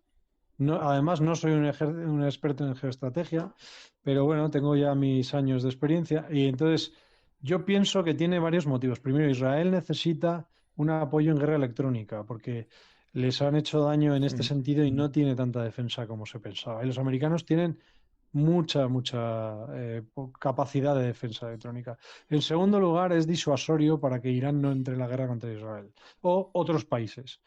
Y están diciendo, cuidadito, no os metáis con Israel, porque Israel también tiene aliados, cuidado. Entonces, esto es un poco también a la vez, Nada, de ¿no? hecho, Y justo más acabar luego, este programa, sí. tengo un tema sobre espionaje, Pues servicios de entonces, inteligencia, y vamos, no, que vamos a comentar el tema ese de, vale. de las fallas. Yo estoy comentando esta guerra porque me parece la misma, ¿sabes? Porque me parece también parte de la guerra de No, sigue, Ucrania, sigue, ¿no? tenías el segundo Y, razonamiento, ahora va el y- tercero. y el tercer razonamiento es que quiere también de alguna manera apoyar a Israel, pero al mismo tiempo una vez que tú le das ayuda, tienes influencia sobre Mm. este Y país. le puedes Entonces, frenar, sí. quiere que Israel haga la guerra, pero que la haga la guerra un poco controlado por Estados Unidos, porque considera que Israel es un pitbull que como se desboque, monta una feo, algo muy feo y sin... Israel no tiene una opinión pública como la de Estados Unidos. La de Estados Unidos, mucha gente, si ven hacer muchas barbaridades, se le va a volver en contra de las elecciones. Es así. Mm. Entonces, Estados Unidos lo sabe. A ver, los grandes jefes piensan en estas cosas, no piensan tanto en el humanitarismo como podemos pensar los de a pie. Entonces, esto es lo que creo que es la lógica del ejército estadounidense en este momento desplegado la flota en este mar. Pero veremos a ver cómo se desarrolla, porque tiene un peligro brutal de extenderse. Sí, sí. De hecho, yo estoy seguro que en el plan original iraní, lo de Hamas es el primer golpe y que va a haber otro ataque desde grande o desde Líbano por Hezbollah y otro desde Siria directamente por las Bueno, brigadas Quds de Irán. eso justo, Estoy convencido. yo también. Hay una noticia de ahora mismo que acabo de poner en mi Twitter. La pongo aquí, abro el Twitter y lo veis. El que no me siga en Twitter, sabéis que tengo Twitter. X, ahora se llama X. Aquí está, que es la noticia de última hora de que funcionarios sirios han informado al The Wall Street Journal de que combatientes del cuerpo de la Guardia Revolucionaria iraní y de grupos pro-iraníes de la región Sí. han comenzado a desplazarse desde sus bases en el este de Siria, en la ciudad de Deir ez-Zor y sus alrededores, hacia la frontera israelí, cerca de la Claro. capital. Es que tú piénsalo. Una vez estén enzarzados en la guerra urbana en Gaza, una guerra urbana en un territorio, Gaza está todo construido, todo. Entonces, si tú estás Rafah, pero hay otros núcleos y al final es todo guerra urbana. Si tú te enzarzas ahí es una población de 2 millones de habitantes. Estamos hablando, Mosul tenía 1 millón de habitantes. Claro. Ahí se puede montar una batalla, pero casa por casa, con decenas de miles de muertos. Entonces, además, han tenido tiempo de prepararse, de tener depósitos de municiones, todos los túneles, etcétera, trampas, armas antitanque, drones, etcétera. Eso y cohetes, eso va a estar esperándole. Y una vez se meta ahí en el ejército israelí a ese avispero y esté ahí metido con muchos miles de muertos, igual es el momento en que le atacan del otro lado. Entonces, eso es lo que yo pienso que va a pasar. Esa es mi opinión. No, equivocado estás mucho. Que este ataque no se va a quedar en jamás. Esto yo creo que está planeado para que sea un Yom Kippur, y Israel ha entendido que la amenaza que tiene encima, no solo por... la gente dice, es un cabreo por las salvajadas que le han hecho a los pueblos estos de la frontera. Yo creo que no. Yo creo que Israel ha entendido que tiene ahora un riesgo existencial. Un riesgo existencial porque hay un plan grande detrás de lo que está pasando, y hay potencias muy fuertes detrás de lo que está pasando. Y entonces está movilizando lo que no ha movilizado nunca. Porque sabe que su propia existencia está en peligro. Mira, para que te demos unas cifras, estoy leyendo un libro de Carlos Canales que se llama David contra Goliat, que va a venir este jueves a contarnos un poco el nacimiento del problema árabe-israelí, ¿no? Hasta 1948, ¿no? Y en la guerra de los 6 días, si no recuerdo mal que es la de los 6 días, Israel movilizó a 100.000 reservistas. Está movilizando 300.000 hoy. Sí. Ha superado todo, hasta las ofensivas de... Sí. Es algo impresionante. Están viniendo de Panamá, de Brasil, de Argentina. Sí, toda la gente, sí. Mira, la diferencia cuando alguien lucha por su nación a cuando lucha por un emperador con ínfulas de conquistador, ¿no? Sí, es que en Rusia marcha 1 millón de personas y a Israel están volviendo todos, los que estaban estudiando en otros países, los que viven en otros países, fletando aviones, que incluso pagan las compañías aéreas, les regalan el billete cuando ellos lo pagaron voluntariamente. Es decir, esto es algo que muestra un poco la diferencia, ¿no? de una lucha defensiva como puede ser esta.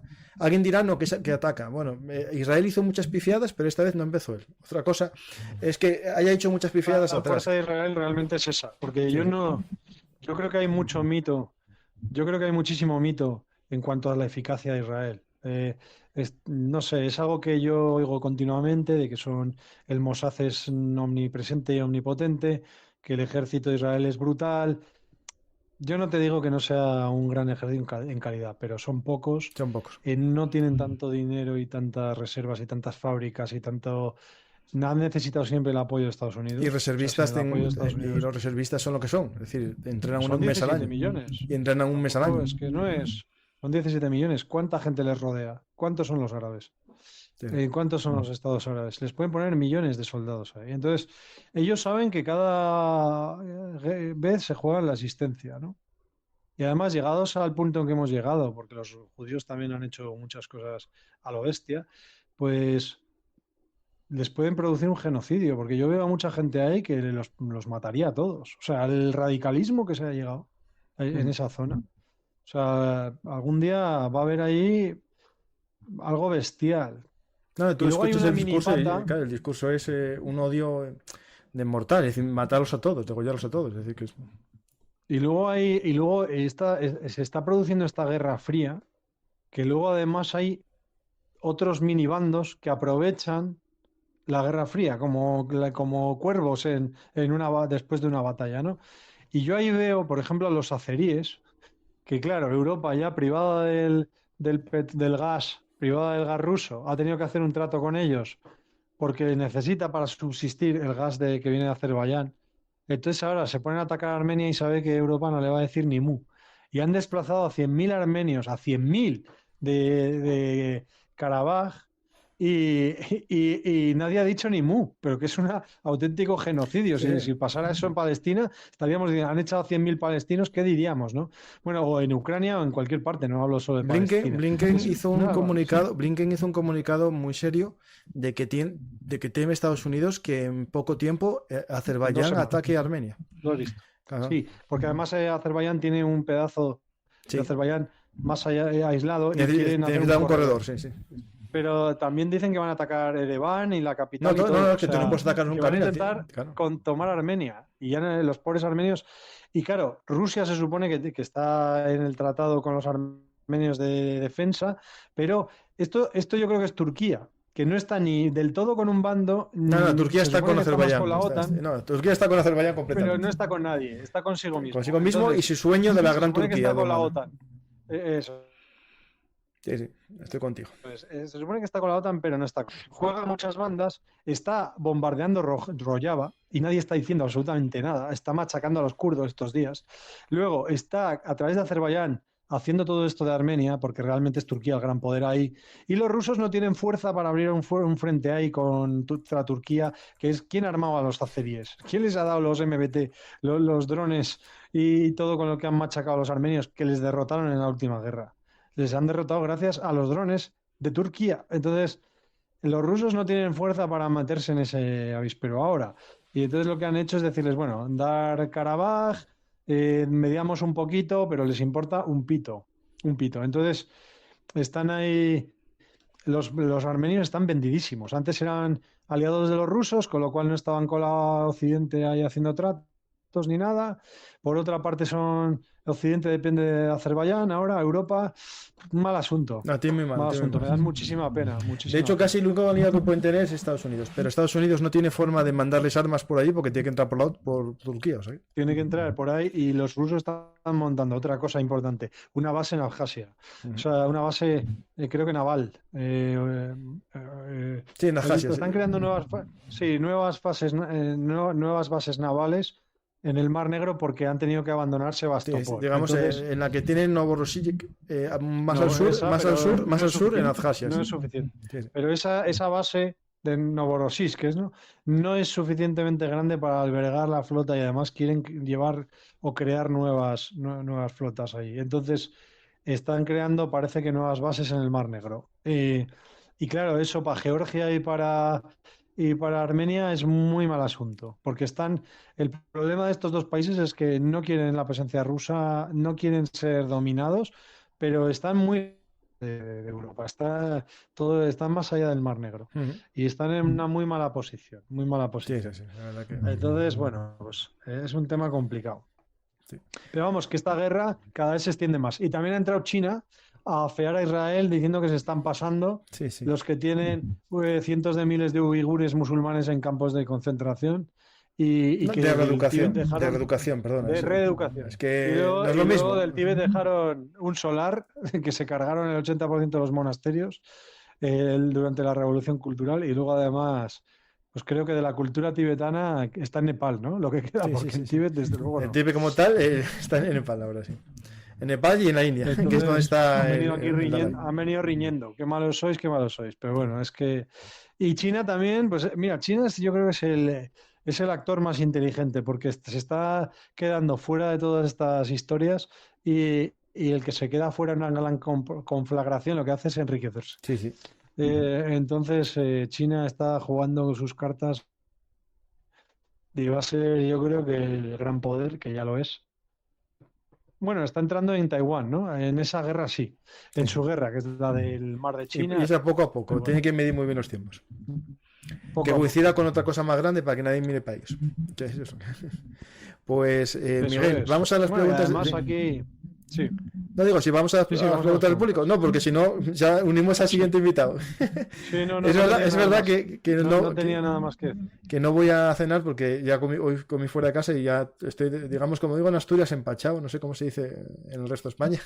Empachado, fartuco.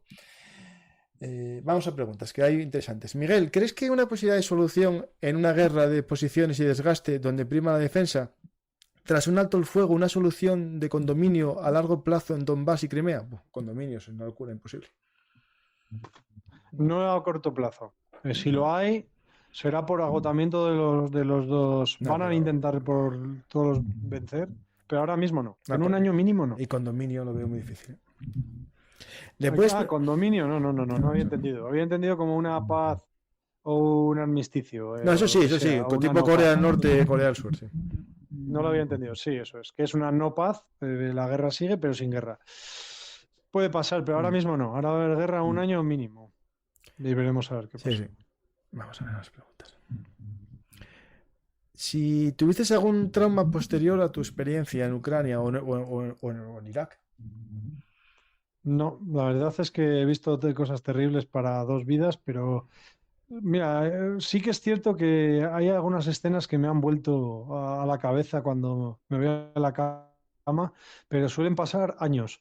O sea, por ejemplo, ahora me están llegando cosas de Irak muy traumáticas, pues cosas de, sobre todo civiles, ¿no? Que te dan mucha pena, que te cuentan sus historias, los ves destrozados, los niños, y realmente esto me llega, pero yo soy una persona que lo rumia lentamente. Mm, Entonces me van viniendo. Ahora de Ucrania he visto cosas terribles, pero no me veo afectado.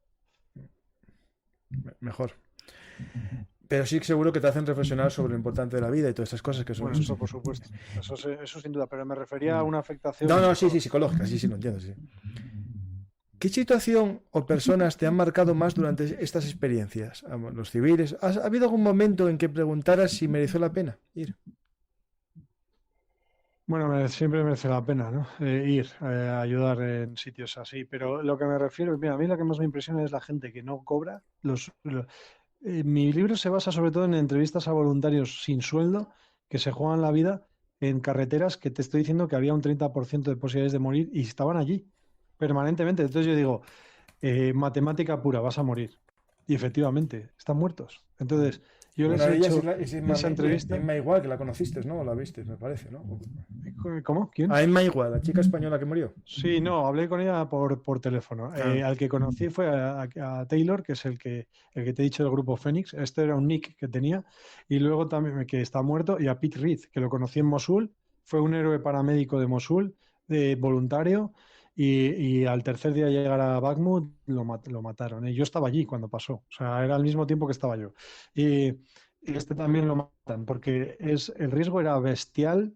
Entonces, esta gente voluntaria que sin sueldo, yo no tengo palabras para decir, o esta chica que no llegué a coincidir, aunque intenté juntarme con ella para hacerle una entrevista, yo no tengo palabras para describir lo que opino del heroísmo de estas personas tan desinteresadas, ¿no? Que están allí salvando vidas y nadie les ha pagado, ni les llama, ni nada, lo ya. hacen porque sí. Porque creen que tienen unos conocimientos que pueden ayudar en un sitio terrible y allí van. Y siempre hay gente que cuando unos marchan, ellos van, ¿no?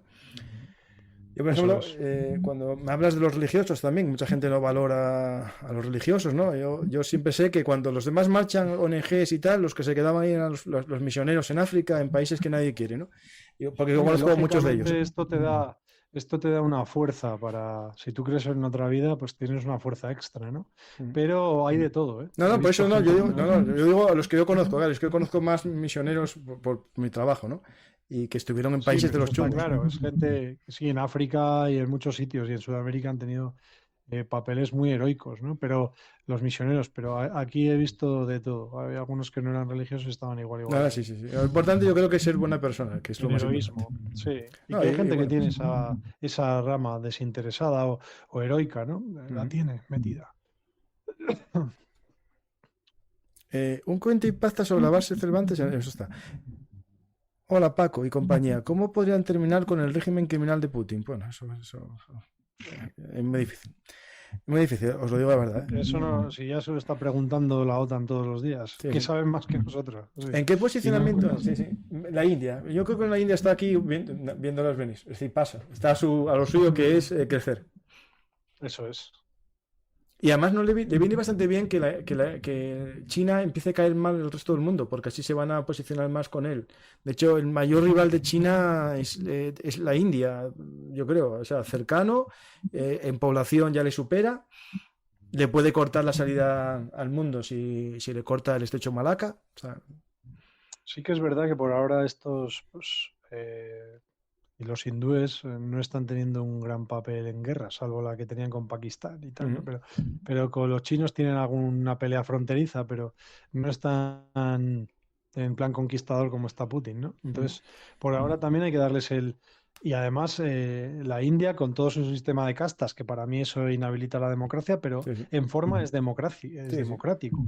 Entonces, pues bueno, pues hay que darles también un voto de apoyo, ¿no? Si se convierten en una potencia, pero por ahora más o menos respetuosa, pues olé. Así que veremos. Bueno, lo de China pegarse a palos con la India es un motivo muy sencillo, es no escalar. Es decir, evitan que haya muertos a tiros y eso lleva a una guerra entre ellos dos como en el 63. Serían a palos. Sí. Hay muertos a palos. Sí. Pero bueno, es importante que esos están luchando por los ríos porque, claro, tienen mucha gente que dar de beber, los dos países. Ah, claro. Bueno, ahora tienen un conflicto gordísimo Egipto con Etiopía, porque están haciendo los etíopes una presa. Claro, les pueden dejar sin agua. Es en el momento de llenado. Va a ser la gran guerra. Sí. Porque, claro, Etiopía no se ve que tiene 100 millones de habitantes. Claro, y están haciendo una presa para poder cultivar una zona totalmente desértica, pero claro, eso puede destruir Egipto. Sí. Es que es así, las guerras del agua, ¿no? Y Egipto ya está diciendo, cuidado, cuidado con lo que... Es que se juega la subsistencia. Sí. Bueno, hay más preguntas por ahí.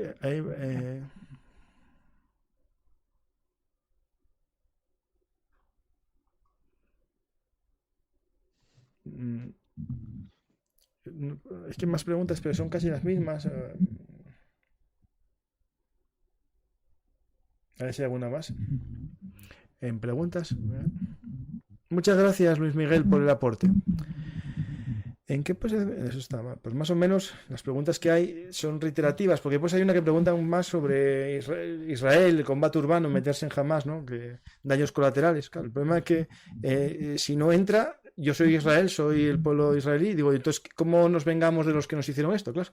No, y además te tiran 50.000 misiles otra vez. No es solo eso, es que te tiran misiles, te tiran cohetes. Tengo un vídeo que yo creo que es aclaratorio. El tema no es fácil. Tengo un vídeo que mientras hay una pregunta más, si no, lo intento buscar, que es aclaratorio de esta situación compleja, que es que mientras bombardea Israel una zona de Gaza, desde esa zona lanzan cohetes a Israel. Es decir, dentro de la ciudad jamás lanza sus misiles. Es decir, no va a un prado a lanzar los misiles como hacen los ejércitos normales. Los lanza desde el casco urbano, justo donde Israel está atacando. Es decir, todo el mundo que ha estado en Gaza, yo tengo amigos que han cubierto Gaza, o sea, como periodistas te cuentan que jamás usa para sus milicianos los refugios y no resguarda a los civiles. Esa es otra gran diferencia con Israel, que siempre va a proteger a sus civiles, pero jamás golpe que ha dado es para que sus civiles martirizarlos. O sea, quiere que Israel se quede delante del mundo de criminal y para eso parte fundamental de su estrategia es que sus civiles sean sacrificados.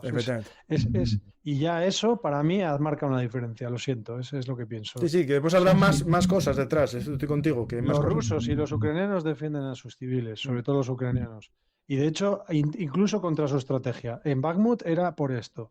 Entonces, esta es la diferencia. Jamás, ¿no? ¿Por qué? Porque los islamistas son antihumanistas, no les importa a la gente, ¿no? No, porque ya los compensarán en la próxima vida.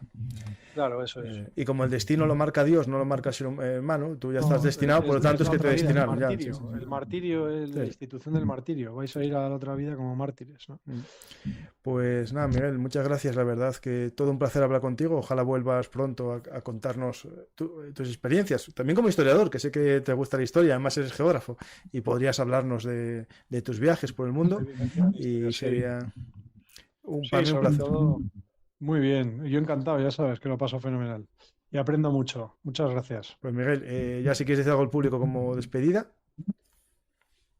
No, si quieres decir algo al público de despedida, Miguel. No, bueno, lo que quiero decir es que todo esto, pues que estamos en un momento interesante para nuestra desgracia, ¿no? Eso es lo que quiero decir. Estamos entrando en un momento que cada vez los frentes de esta nueva Guerra Fría son mayores y nos rodean. Y creo que hay que empezar a cambiar un poco de mentalidad porque nos vienen tiempos duros. Pues eso coincido contigo al 100%, que estamos viviendo unos momentos más convulsos de la historia y ya es hora de que despertemos, que no estamos viviendo en el país de Alicia, en el país de las maravillas, sino Alicia en el país de los horrores. Y es importante que como ciudadanos tomemos, ¿no? Que sepamos que existe el mal, que el mal existe, que hay que combatirlo y que no siempre vale poner una flor en un Kalashnikov. Hay que tener cuidado, que primero tienes que saber si el Kalashnikov tiene balas y si el que está en el otro lado del arma no tiene seguro puesto y además tiene ganas de pegarte un tiro cuando pongas la flor, ¿no? Esto es muy importante, lo digo porque hay gente que vive en esa ilusión y por desgracia el mal existe. y hay que entender que nosotros tenemos la suerte de vivir en un mundo en el que la libertad es lo mejor que tenemos, pero también hay que pensar que la libertad mal usada puede ser el fin de nuestra libertad. Os dejo esa reflexión y hasta la próxima oportunidad aquí en Bellum Artis, Historia Militar, Bellum Artis, Actualidad Militar y Geopolítica. Sabéis que me lío porque tengo otro canal que se llama Bellum Artis Historia. Gracias a todos y hasta la próxima oportunidad. Si os ha gustado el programa, dar a me gusta, dejar un comentario y suscribiros si sois nuevos, aquí o en el de Historia. Y ya si queréis apoyar con un café, en Patreon, PayPal, Bizum o aquí mismo. ¿Por qué? Porque este programa seguro que me lo van a desmonetizar ahora mismo. Gracias y hasta la próxima oportunidad.